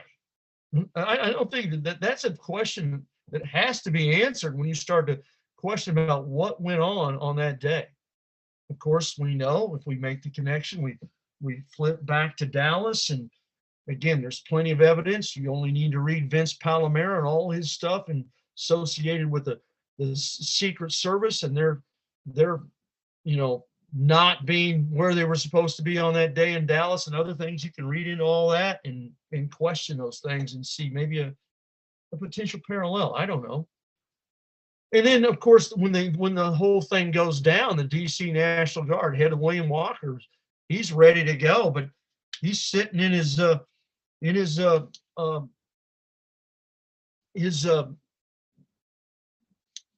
their trucks waiting for orders. They waited. I think they asked 17 times to go in to try to quell the riot, and was denied 17 times by Miller and by de facto Trump, who had the authority at any time and never really did it, send anybody in. And so then ultimately it has to be Pence, who was the target of the insurrections, who ultimately gave the orders to send in the guard. So again, I'm just trying to look at these things closely and what are the elements of potentially of a coup, what it means, what it might mean. And, there is some parallel between, I think, another thing we have to look at between Dallas and what happened in January in DC with the participation of the potential radical right wing. Again, radicalization. There were all sorts of groups that were congregating at the Capitol and so, there might be some suggestion, well, that was all kind of an organic thing. But these guys were ready for they everything but pistols and guns, possibly. And even in one situation, I'll mention in a minute, one of those groups, when we talk about the Proud Boys, the Oath Keepers, the three percenters, the Boogaloo Boys, the FBI director said these people are dangerous people, that were metastasizing in our country. These people were integrated into the crowd, and they were ready for action. I think that's clear to say, and I think we can see that. And of course, they had connections with the KKK, white supremacy people. And guess what? We know that in Dallas, we go back 58 years, and there are some clear indications of some of the right-wing extremism, peripherally around the event in Dallas. And of course, that comes to mind. Of course, many JFK researchers are certainly familiar with one Joseph Miltier, who was, if you look into him, he was caught on audio tape by a longtime FBI informant Willie Somerset, who had successfully infiltrated some of the many radical right-wing groups were apparent back in 1963 in America. And Somerset would describe Miltier as the most violent-minded man in America. That's a pretty serious guy. Miltier traveled around the country, establishing connections with the White Citizens Council, John Birch's Society, the Ku Klux Klan, the Nazi Party. And of course, there was a conversation tape between Miltier and Somerset 13 days before the assassination, where it was pretty obvious that Miltier predicted that JFK would be shot from an office from the building with a high-tower rifle, and somebody would be arrested to throw the public off. And I just bring these things up because these things flash back when I hear about these groups that were in DC, and I think back, I say, okay, some of this stuff was around the whole affair in Dallas too. Okay, so again, if you're looking for historical parallels, of course, there's Miltier there, and of course, some people look, that story's been out there a long time, and I'm aware of that. So I mean, I do, of course, we do have to mention one. I said the Joint Chiefs really wanted to kind of stay away from this whole thing. But of course, there's General Flynn, of course, who was one general, though no longer former national security advisor for Trump, who really went off the deep end. Of course, he was prosecuted and pardoned for, conducting foreign influence operations and this and that. And I found it interesting that not long ago that Flynn said that there should be some sort of Myanmar, what happened with the coup in Myanmar, that Myanmar, I think I'm saying that correctly, formerly Burma. That's the easy way to put it. That something like that we need something like that in the United States. How extreme have some of those folks have gotten in our country? I don't think we can ignore that. Not at all. Was it a bungled attempt by some people that had no chance of success? Yeah, that's true. And if we assume that the coup in Dallas was successful and this one was not, how serious we would take it? I've got here some quotes from Tim Snyder, who is a historian, Yale historian, who predicted as early as 2017 that Trump, if he didn't get elected, would attempt a coup, if necessary, to stay in power because of his authoritarian instincts, that it's going to be messy. And he also points out that if we just ignore this, if we say, okay, it's not that big a deal, or it's not really wasn't a coup at all, I like what Snyder, that quote we have there, that a failed coup is a practice for a successful one. That's very true. I mean, you could, another historical comparison of what happened in DC. I don't know if I've got a slide on that. Yeah, Hitler's 1923 beer hall push. And at the time when Hitler attempted to take power in Germany, it was viewed as a mere clown show. They didn't take it seriously then either. In his attempts to result in seizing power in the Weimar Republic, including radicalization of people, encourage willingness to commit violence. Same thing. You make these parallels, and let's keep in mind that Hitler only spent 9 months in jail. He's back out. You wonder how this is all going to play out. These people that, how far they go with the folks that were behind this, how seriously they take it, who might be prosecuted, how long they spend in jail, and what are the repercussions. I think there are lessons to be learned here, I think, in many ways. And that's why I wanted to take the time to kind of do a little bounce back and forth between Dallas and DC, if you will, and take it for what it's worth. So let's kind of go back. I want to bounce back and find and kind of wrap this thing up and go back. I'm always talking about history and can we find some historical truth in the murder of JFK? That's what we're always seeking. That's what Casey and I were talking about earlier. How far can we go or can't we? And I make a statement here that despite the overwhelming collection of evidence that repudiates the idea of a lone assassin and points toward conspiracy, what is most difficult is gaining validation of that truth within our institutions. Even as late as 2021, it still proves to be difficult. There are those that, basically stick their heads in the sand in terms of our institutions, our media, our government, or other. There are those who refuse to engage any discussion at all deemed to be conspiratorial or not publicly accepted. That's very difficult. It makes it harder for those of us who want to bring light to or truth to this story. Is it impossible? Is there a day where that might change? I can't say there won't be. I always make this parallel. I looked, if you were watching 60 Minutes last night, they brought up the reality that suddenly the government has become all open about the possibility or existence of UFOs, when that was probably fringe conspiracy nonsense for so long that no one was willing to accept. But I think what happened is ultimately those facts that couldn't be denied, those numbers of sightings and reports that could not be dismissed away by legitimate pilots and people in the military, that they finally had to say, okay, there's something there. At what point will Americans or our institutions finally say about Dallas, okay, there was something there? I mean, in our lifetimes, I don't know. I know that the JFK assassination badly damaged, as I said earlier, but I don't think destroyed our democratic institutions. We have some semblance of that.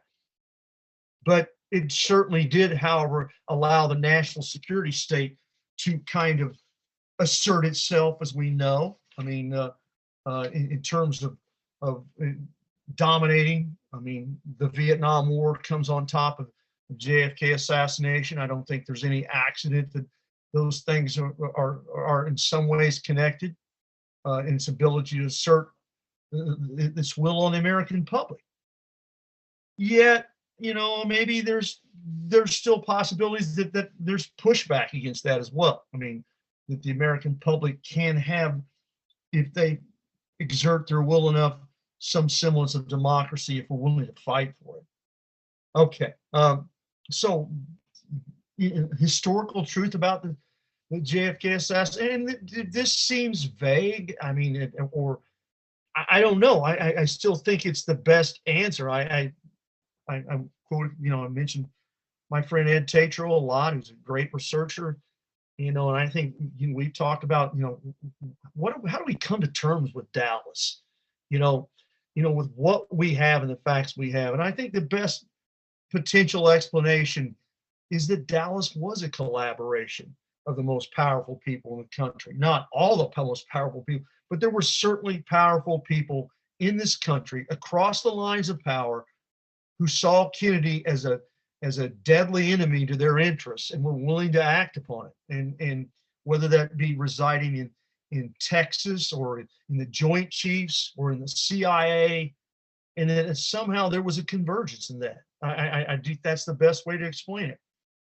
If you've read my article that I wrote a few years ago called Nexus, I invite you to go to my JFK historical group. I've got a blog there, a long article about a new witness at that time. It kind of came out of the woodwork, named Gordon Ferry, and you may have heard of him.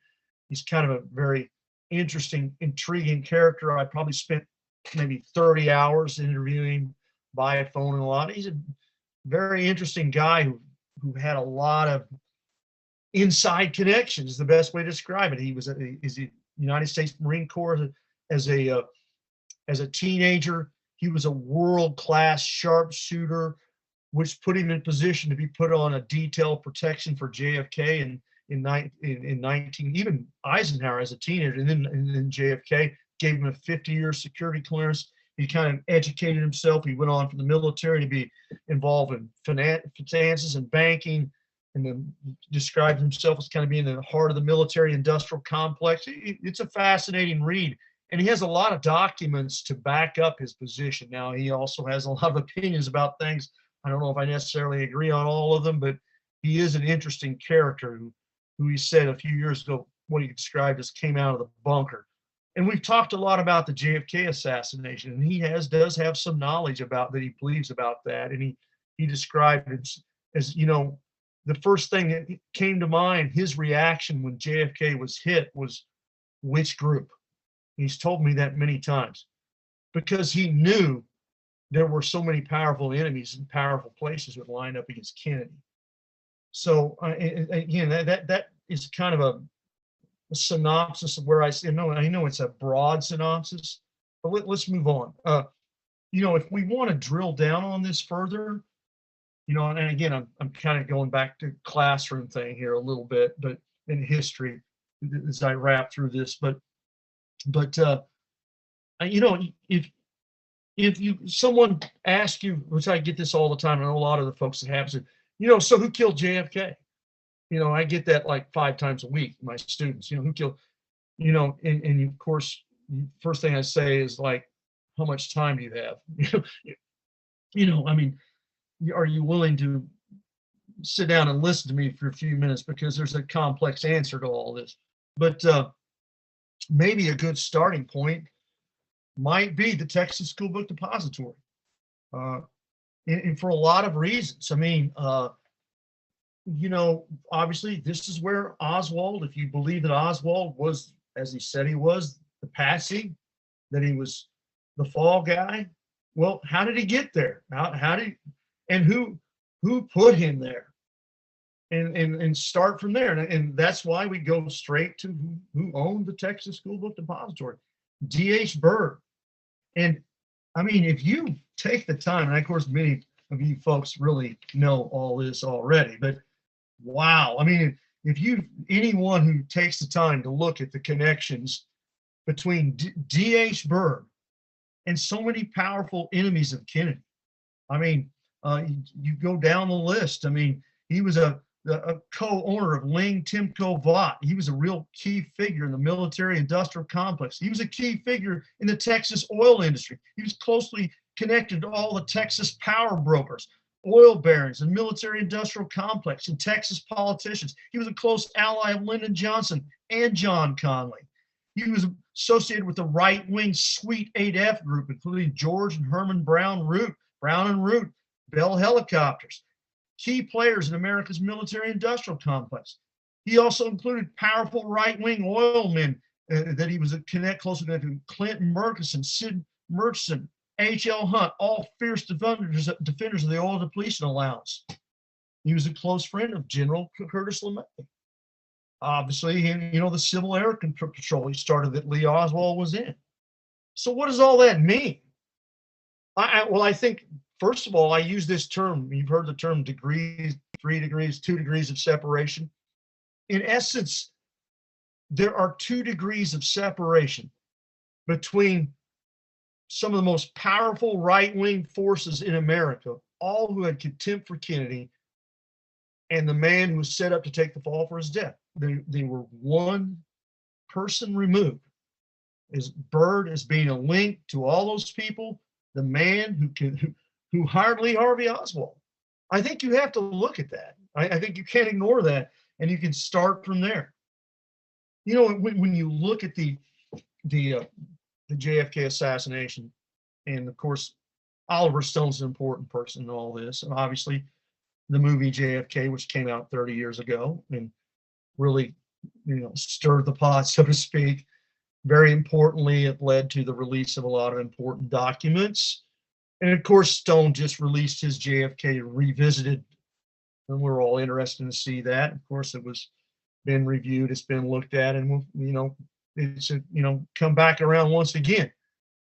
And I think back on that, and Stone's movie obviously was subject to criticism on some levels. Yet, I mean, we have to take into consideration that Stone didn't have access to all the documents that we've talked about, some of which we talked about tonight. But his movie was responsible for releasing many of those documents, which makes it very important. But as we go around here and we look at these things and we look at what happened in Dallas, I sometimes contemplate whether, was Stone really ever that far from the truth? I mean, you take a quote from his movie, which he obviously, I think he's injecting his opinions about there at one point in the movie when New Orleans DA Jim Garrison, of course, played by Costner, he's meeting with his folks, and he suggests that what we have here is a coup d'etat with Lyndon Johnson waiting in the wings. And I see that quote, and that just sticks in my mind. This is what Dallas really was about? That maybe Stone really wasn't that far from the truth. But when we look at in the context of history and what the JFK assassination is all about, and seeking justice, which we all think we need to try to do, and we seek, and maybe it's an impossible thing that we won't ever get all the way there. Like Casey mentioned earlier during the break, that we're left with holes, speculation, or resistance because there's enough facts out there that really indicate, that we know that something sinister happened in Dallas. I don't think that can be disputed. We lack historical validation, though, and that's an ongoing problem, or not historical, but validation by our institutions. But if we are to remain a democracy, I mean, we can't just let these things slide. I mean, I don't think we can let Dallas, November 22nd, 63 slide and just say, let's move on. I don't think we can, the event in January, we can just let slide either. Again, I'll give Mal Hyman, because my friend, I remember the last conversation I had him when he mentioned this quote like 4 times in a conversation, so it stuck in my head. Eternal vigilance is the price of liberty. And that was a quote attributed to Thomas Jefferson somewhat, although I've read some historical interpretations where they're not really certain where that statement originated. But there's no doubt it was a commonly used terminology or term or phrase used early in our nation's history. Eternal vigilance is the price of liberty. That if we're not vigilant, if we don't work in our democracy, if we don't fight for the truth, we won't have that, or a republic. As you know, you've seen that often used quote from Benjamin Franklin. We have a republic if you can keep it. People are always quoting that.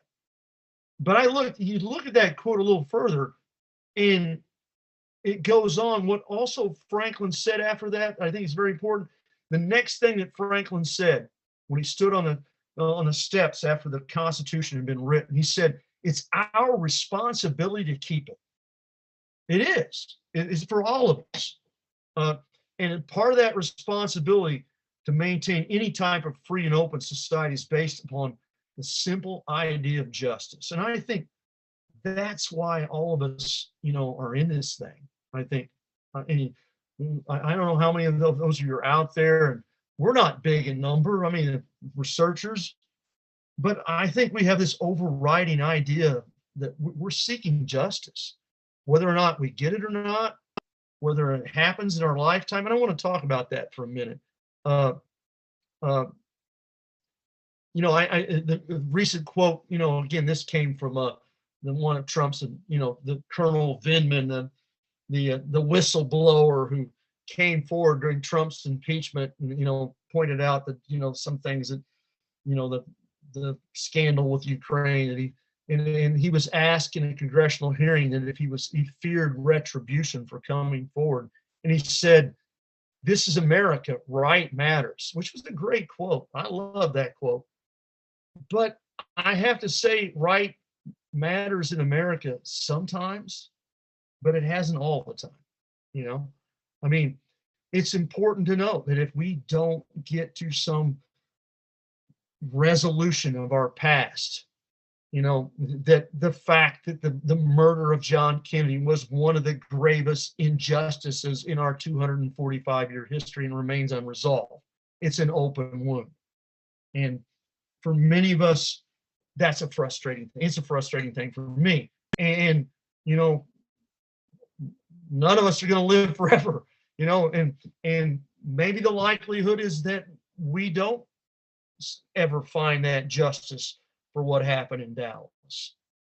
Or maybe it's sometimes past our lifetime. And because I brought that up because I want to kind of jump into one last little history thing for you, because I am a history guy. This is what I was just saying, that that this justice may not be found in our lifetime. But let's go on, because I want to talk about within the context. I'm going to jump to a completely different thing here at the end. And one of my favorite characters in history is Eleanor Roosevelt. And the more I read about her, I just think she is just so amazing. Without a doubt, one of the most amazing, courageous figures in the 20th century. And she stood for justice throughout her lifetime. She stood for those who had no voice. She was really one of the first people in any position of power that was a civil rights crusader for African Americans. She was decades ahead of her time. Nobody, even Roosevelt, her husband, didn't have the courage to come forward and fight for civil rights for African Americans. She did. I mean, the story about Marian Anderson, the famous African American opera singer who was denied an opportunity to sing by the Daughters of the American Revolution, and in I believe it was 1939, Roosevelt responded by allowing Marian Anderson to give a concert on the steps of the Lincoln Memorial before 75,000 people. And, you're talking about sticking it back in the face of someone. Eleanor Roosevelt did in that case. She fought. There would have been no heroics of the Tuskegee Airmen if it wasn't for Eleanor Roosevelt, who went down, who lobbied for them, who went down and flew in a plane with one of those guys and made sure they got there and fought. She was so far ahead of her time, and she fought a lot of battles. She won a lot of battles.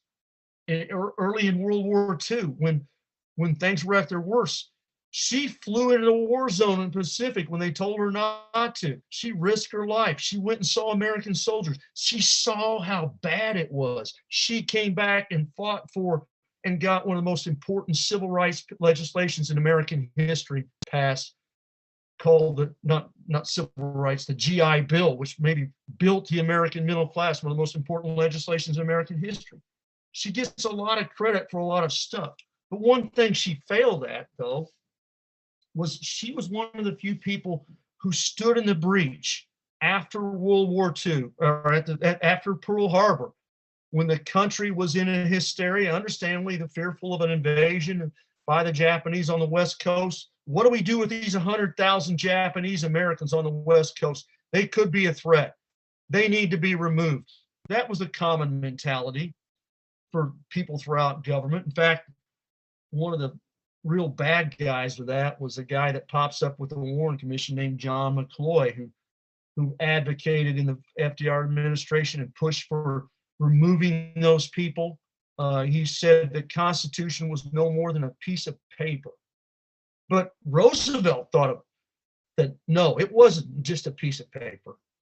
And she enacted a promise from FDR that you will not do this to these people. And FDR basically, due to pressure, went behind her back and went ahead and passed Executive Order 9066, where those 100,000 Japanese Americans were removed anyway. And I think her relationship with FDR was never the same. So why do I bring up all this? Because, well, you know what? In 1988, the country recognized and righted a wrong. President Reagan signed the Civil Liberties Act, officially apologizing and to the survivors that were stuck in those internment camps during the war, that lost their property, that gave them $20,000 in reparations. It didn't, what done was done, but sometimes in a democracy you need to right a wrong. And that was done. But here's the point to be made. Eleanor Roosevelt died in 1962. She never lived to see that day when that thing that she fought for would be realized, that there would be vindication for her efforts.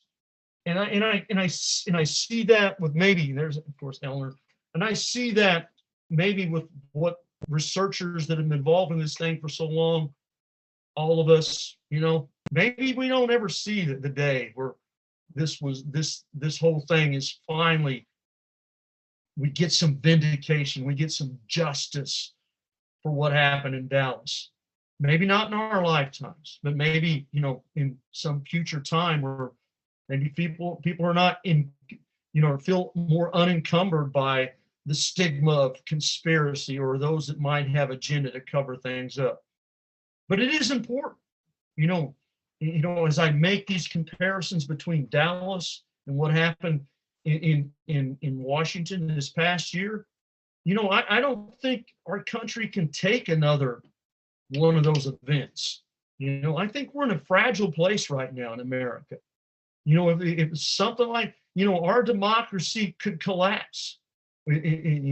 If one of these things happens again, it makes it important that we bring to light what truth and justice is in these events. And that's pretty much all I have to say tonight.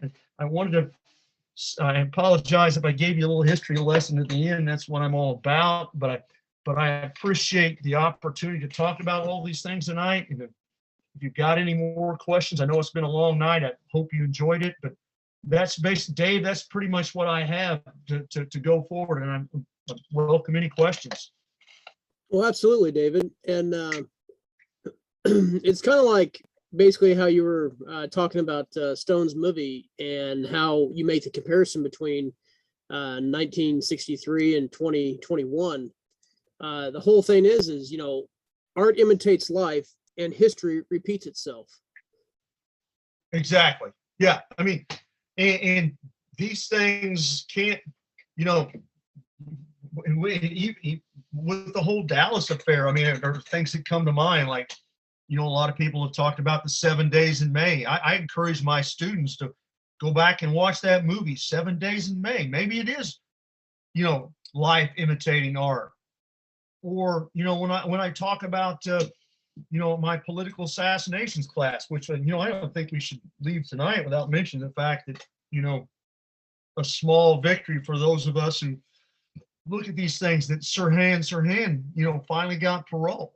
And, you know, hopefully the governor doesn't step in and prevent a 77-year-old man who a lot of us think, you know, was just another patsy, might finally get a chance to go free. But in that case, I mean, a lot of folks discuss the movie Manchurian Candidate. Is that art?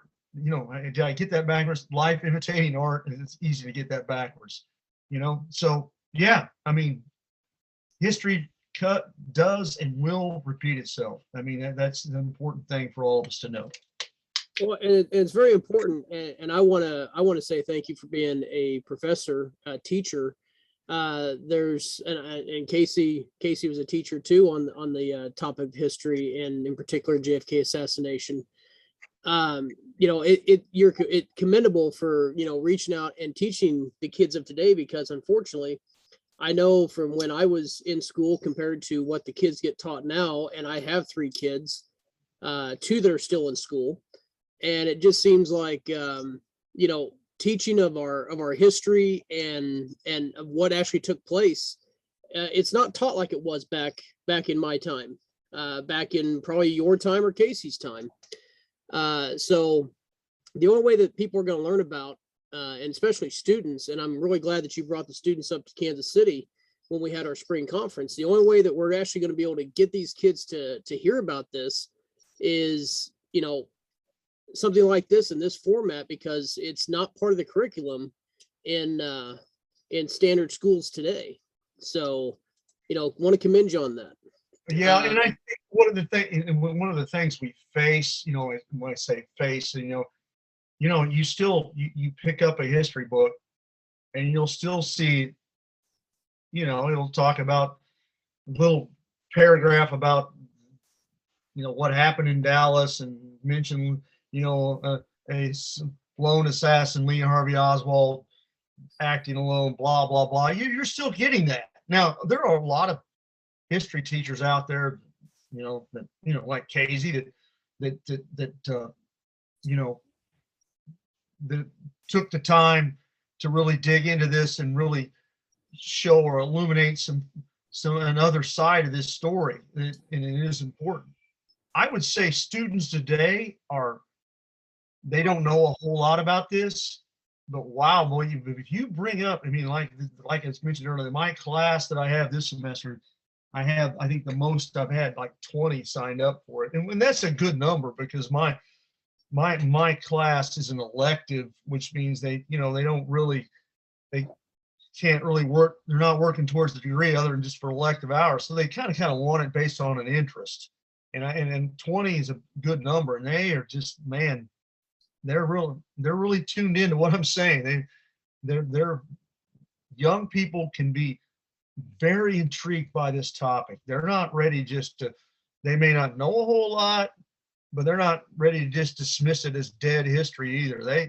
When you present the facts of the case and the potential injustice that we keep talking about, that gets their attention. It will. Oh, absolutely. So, well, it looks like we've got a couple hands raised, and I've got a comment here in the comment section. Let me get this comment out real quick from Peter McKeever. It says, has anything emerged recently in the declassified documents linking Morales to the RFK assassination? I have not seen anything of that nature, and I know that's was that kind of mentioned with the, I think, some of the stuff that came out, or was that more with the a few years ago, some of that stuff came out and there were some pictures associated with in the Ambassador Hotel, but I have not. Have you heard anything in that regard, Dave? I haven't. I have not. In RFK. I haven't heard anything on it, but it's really a good question to bring up, and also something maybe to look at. So the gentleman from Ireland that's done so much work. What's his name's escaping me. I've had it. I think some people know out there. Wasn't there some film associated with maybe Joanides that might have been somebody that thought might have been Joanides that might have been in the Ambassador Hotel, but that's all just vague stuff. I mean, that bears more research. But I mean, but if you invert that question and say, okay, if the Central Intelligence Agency was involved in the assassination of RFK, who would they get to be involved in that? Who would be at the top of the list? Maybe it would be Morales. Now that's just pure speculation. Okay. Yeah, and the researcher you're talking about, Shane O'Sullivan, I think that's the one you're thinking of. And I prefer that question, that fellow, Shane O'Sullivan, who knows as much about the RFK story as anybody, to look into that. Obviously, Lisa Peace, too, who spoke at our conference. Two great researchers on the whole RFK story. Definitely. All right, well, let's go ahead and move on. Don's got his hand up, and he made a really good comment in the chat log. Don, why don't you go ahead and hit your key point on what you wrote in the chat log, and then if you've got a question or a comment for David, go ahead.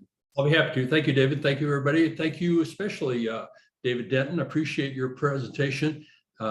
Just an interesting note, it was because of the conference that David put on in 2014 that I got involved in the JFK assassination conference, and I'm grateful for the things that has led to. And I just finished reading David's book. This is not a plug, it's just something I've chosen to do. I just read it about a couple of weeks ago, and it's fascinating. If you haven't read it, highly recommend it. So David, you brought up something that I found interesting when you were talking about Byrd and Oswald working at the Texas School Book Depository. And then the interesting connection that he also worked at the Riley Coffee Company, which was an extreme ultra right-wing place that you just couldn't bring a communist to work there, or a person who was supposedly a communist working at the Riley Coffee Company in New Orleans. Another interesting connection, wouldn't you say? Yeah, well,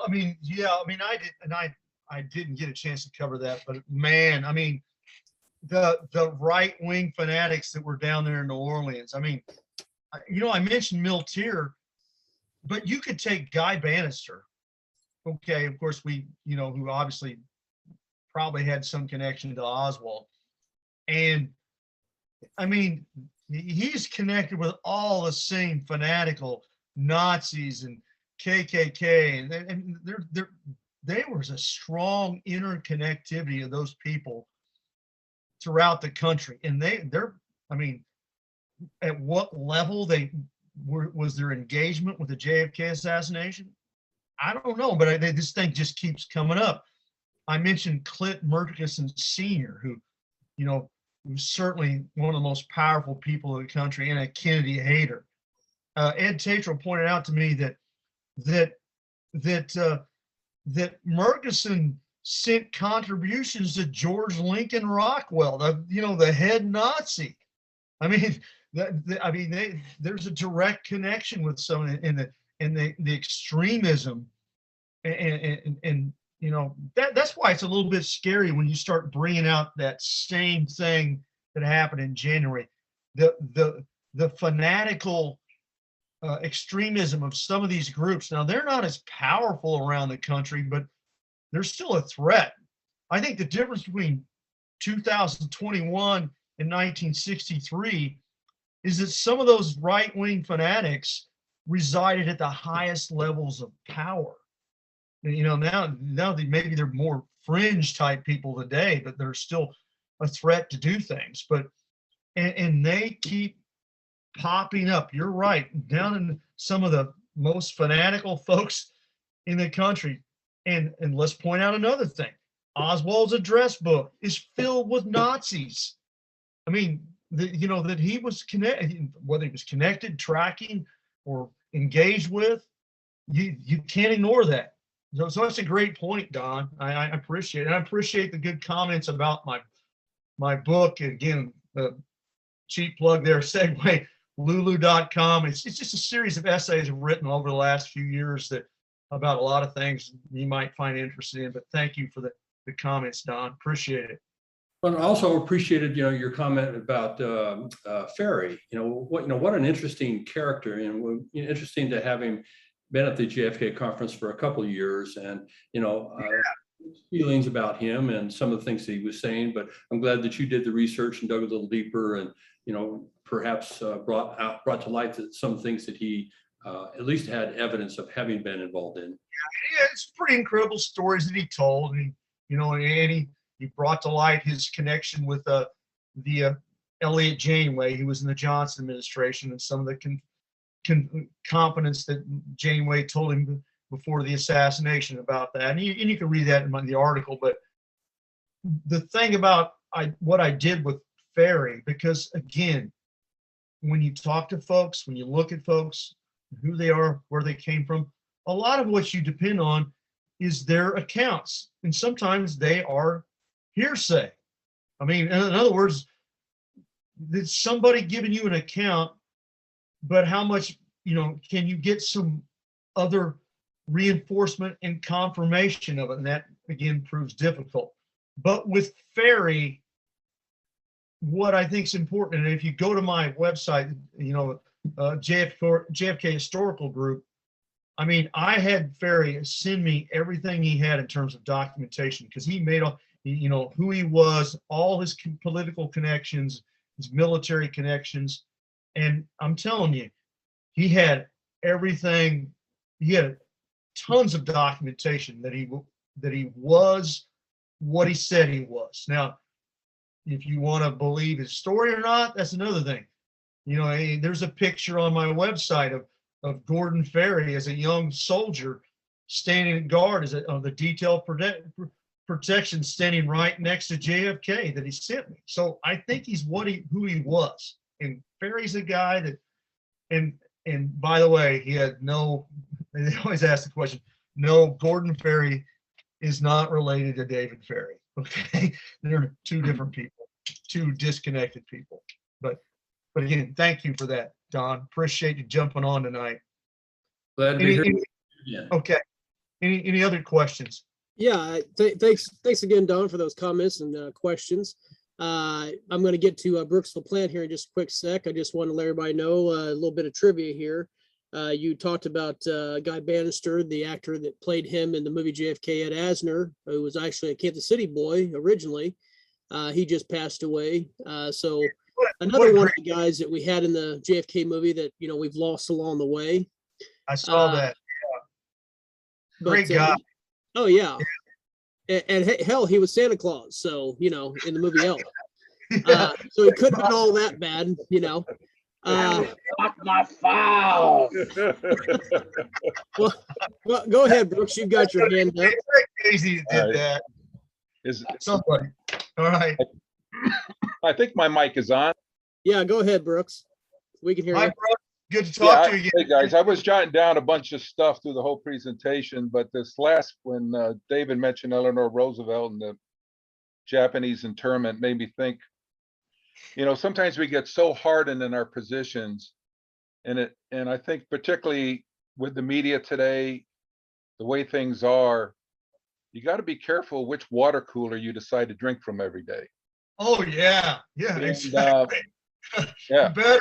I'll give you an example of that in a second. But I had an uncle who fought in the Pacific during World War II. He had 4 kids. One of his boys, after the war, he ended up settling in Southern California, and he worked in aerospace. He was a tool and die guy. One of his boys ended up meeting and marrying a Japanese girl, and his dad Wow. disowned him, and they never spoke again. Yeah, I And mean, to get that, to get to that point where your heart gets so hardened that you could yeah, do that to your own son. Now there's my wife's father fought in the Pacific, and he was a flamethrower. He was one of those guys that walked up to the cave and did the dirty deed. And yeah, he never talked about the war afterwards. It had tremendous psychological impact on. I get all that, but sadly, we can get hardened. My wife's got 6 siblings. The 3 sisters are all really extreme liberals. The 3 brothers are all hardcore conservatives. We still get together for Thanksgiving. right? We get together for Thanksgiving and nobody Oh, throws boy. food. You know, it doesn't get real ugly. But I've learned to kind of keep an open mind just for the sake of family harmony and that type of thing. But You gotta listen. That's what's where that? it's, yeah, I mean, and you talked about the Japanese thing a little bit. I mean, I can remember, you know, that, you know, my dad's era too, and that, you know, the whole thing. I can remember as a young boy where there was a lot of resistance by some folks from the World War II era about why are people going out and buying Japanese cars? That there was still that hardened, like you say, Sure. and a lot of it was understandable. It was bitter enemies, but the, you know what impresses me about Roosevelt, because I've always been this way, is you know, you go out and you fight for the little guy. You go out and fight for the people who have no voice, or you know, that's what the Constitution's all about. You know, that you defend folks that maybe everybody else hates, because that's what America's supposed to be, you know. And It's what he called the forgotten man. yeah, I mean, The forgotten man. and but democracy is so hard to maintain, and but because you know, anybody can have, you know, there's authoritarian regimes all over this world today. It's those are easy things to do, to take power, be muscles, you know, put in a fascist dictatorship where you control all the thought and the ideas. The hard part is democracy, where you have to constantly have to engage the truth. You have to maintain some level of justice, or this whole thing falls apart. And, you know, I think we all feel like you know, we keep rolling back to the JFK thing, and for those of us that have been involved with this, that is the injustice of our lives. It is to me. I don't know about you guys, but it is to me. That is I mean, there are a lot of things in America that are not right. And we have issues. I talk about in my class, or issues of race. And if you think they're not still there, then you're being Pollyanna. We're a lot of things that are wrong about America, that we've done wrong, but we still have to fight to correct our history, to right the wrongs. And this is the one that sticks out in my mind. That's why I'm here. That's why you guys are probably here too, right? Right. I want to jump back to January 6th real quick. Yeah. Okay. I've got several of William Pepper's books on Martin Luther King. Yeah. I mean, I've read some of them, not all of them. One of the things that happened in Memphis is King came to Memphis, then he left, and shortly after he left, I think the next day, there was supposed to be a peaceful protest, a march, because the sanitation workers were on strike. Yeah. He goes into detail in the book that there were agents provocateur Oh yeah, definitely. that infiltrated that march. It turned violent. There was property damage and everything, and it was caused by these bad guys. Exactly. Okay. And some people think, you know, that's what you know, the orchestrated getting King back to Memphis. Exactly. Yeah. Pepper makes that point. Right. When Kennedy was killed, there was a standing joke that over half the people that were members of the Communist Party were actually FBI or government informants. Oh yeah. So we know these groups are infiltrated, and Proud Boys and all the rest of these extreme groups, they've all been infiltrated. The Proud Boys, I which mean, gives- the top guy in the Proud Boys wasn't he? He was an FBI informant, right? Here's an interesting thing. In Yeah, October of last year in Michigan, there was a kidnapping plot to kidnap Governor Whitmer. exactly. I think 13 people were arrested. Supposedly around 20 or more people were involved. It turns out that 12 of them are either FBI agents on the FBI payroll. And you don't hear a lot about that, but there's it certainly looks like the whole thing was kind of set up. And it, Well, I mean, well, let me finish my point, because I'm going to make nexus from that to January 6th. Yeah, That is a false flag operation, if in fact it's true. And there's a lot of speculation that some of the people that went into the Capitol, and just like it was with the sanitation march, it only takes half a dozen people to start doing crazy shit, if you will. That's a tinderbox. I mean, people were really on edge for a variety of reasons, and I don't care what side of the political spectrum you're on. But that thing was ready to blow, and it didn't take a lot to make it blow. And so who made it blow? Right? I'm not sure we'll know, but Yeah, I mean, that remains to be seen. Yeah, I see what you're saying. Yeah, I mean, I will say this, that, what's, I get what you're saying, what's going on with the FBI with these things. Why didn't they, like with the whole thing with Whitmer? I honestly believe there's a lot of people that hated Whitmer. I mean, there's no doubt. I think there's some people that wanted to kill Whitmer. I mean, there's a lot of extreme feelings about a lot of the stuff with this whole pandemic and stuff. And I know my niece lives up in Michigan, and there's some crazy people up there. I mean, and it's easy to understand. But why would was the FBI monitoring these people and just kind of letting it play out? Were they pushing them along? I mean, I get what you're saying. I mean, the FBI is a shadow operation, and they have been in our past, and you can't take everything they've done in our past at face value. I get that. Anything else? Any other comments? Well, just one last comment, and I'll give the mic over to somebody else. But I was looking at your list of the comments that Millie made. Yeah. And you could almost argue, if you think that this January 6th thing was some type of a preordained operation, that those were preemptive remarks. Hey, get ready, because the coup, the insurrection is coming. Yeah. The other thing about a lot of these people that have been arrested, some of them are having a hard time getting legal representation, hard time getting to speak with their attorneys. People that should easily have had bail by now and be out are denied bail. They're not even getting court hearings. And the last thing, there are hundreds and hundreds of hours of video surveillance that are available and were taken in the Capitol. That's all under wraps. It'll never see the light of day. We know the history of a lot of this stuff. Things just disappear. I just think there's a lot more to the January 6th story, no matter what side of the political spectrum you're on. Yeah. To me, it stinks. Will we ever? It's kind of like the JFK thing. Will we ever really know the true story of January 6th? Well, I find that again, the one thing again, like whatever side you're on that too, like you say, but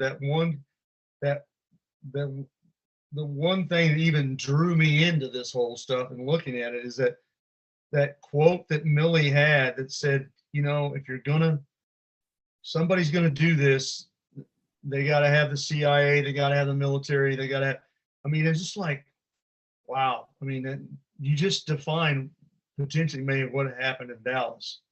But anyway, be that as it may. Any other questions? I've had a bunch of fun tonight. I hope I imparted a few things that were of interest to anybody. Any other things, Dave, that you have? David, in Casey Quinlan, I just want to point out that you were quoting a lot of stuff from Mal Hyman. And Yeah. Here recently, I've been reading about 4 or 5 different books, and I decided to pick up Hyman's book and read the last 5 chapters today. And I swear to God, if you guys want some answers, he lays them out for you. Yeah, he's great. Oh God, I'm telling you what. And he lays them out with the idea that if you really want to see, in my opinion, based upon what I'm reading here, is that the crux of the people who are behind the murder of JFK are the elitists. They're the money people. I mean, you can't do anything without the goddamn money. I mean, if you're gonna murder the president of the United States, you're gonna cover the damn thing up for 58 years, and you're gonna take the media and do with Walter Cronkite all the way on down to Dan Rather, whoever, and you're gonna pay these guys off to read other stuff. I mean, I used to yell and scream about Fox, the Fox News and the Fox Channel all the time. And right now I'm sitting there going, God, I'm not sure which is which anymore.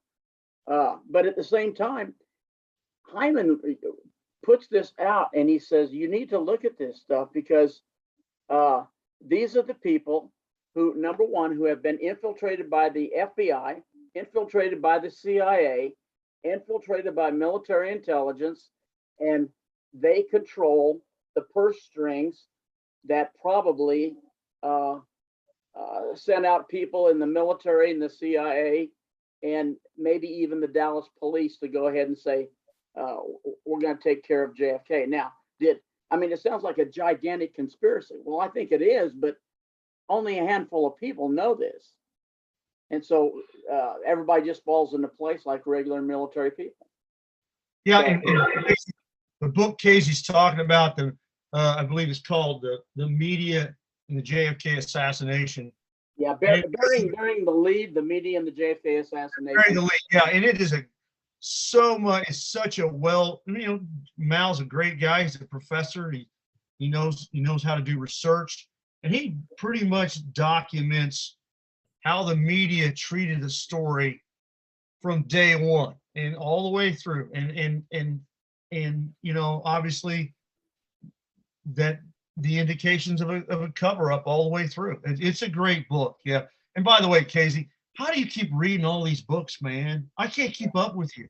Every time I turn around, you've read another book, and I it's hopeless. I can't keep up with you, man. I mean, I'm gonna have to start listening to audio books in my sleep or something just to keep up with Casey Quinlan. Well, I'll tell you what, the bad part about it was when I was in high school, I hated to read. I just hated to read. And then somehow I picked up the Warren Report. Good What a God. place to start. How'd you start there? There you go. Well, I'll be honest. I've never read. I haven't read the 28 volumes of the Warren Report. Oh God, I'm telling you. I'll take my word up that it was a cover up. That I'll take the word for those who have. But Oh God. yeah. Anyway, David, thank you very much. It was a very good presentation tonight. Well, thank you. I appreciate it. I enjoyed it, and I hope all you guys did as well. Well, definitely want to thank David Denton for doing our Spotlight series tonight. And just remember that the replay will be on YouTube. And if you get a chance to visit our YouTube channel, make sure you hit subscribe and hit the thumbs up on the videos that you watch. And also, keep checking out projectjfk.com. Also go to the JFK Historical Group website. And if you want, you can look on the affiliated tab on our website and it'll take you directly to their website. In case you don't want to have to try to search it on Google or whatever search platform that you use. But with that, I think we'll bring tonight's Spotlight series featuring David Denton to a close. And again, keep an eye out on the events tab for our next journey meeting. Be the first part of September, and also our next Spotlight series. There'll be an announcement for that. So with that, I'm David Knight with Project JFK CSI Dallas, and I want to thank you guys. We couldn't do it without you, and thank you for the support, and keep tuning in. Thanks, Dave. Appreciate it. Thank you, David. Thanks, everybody.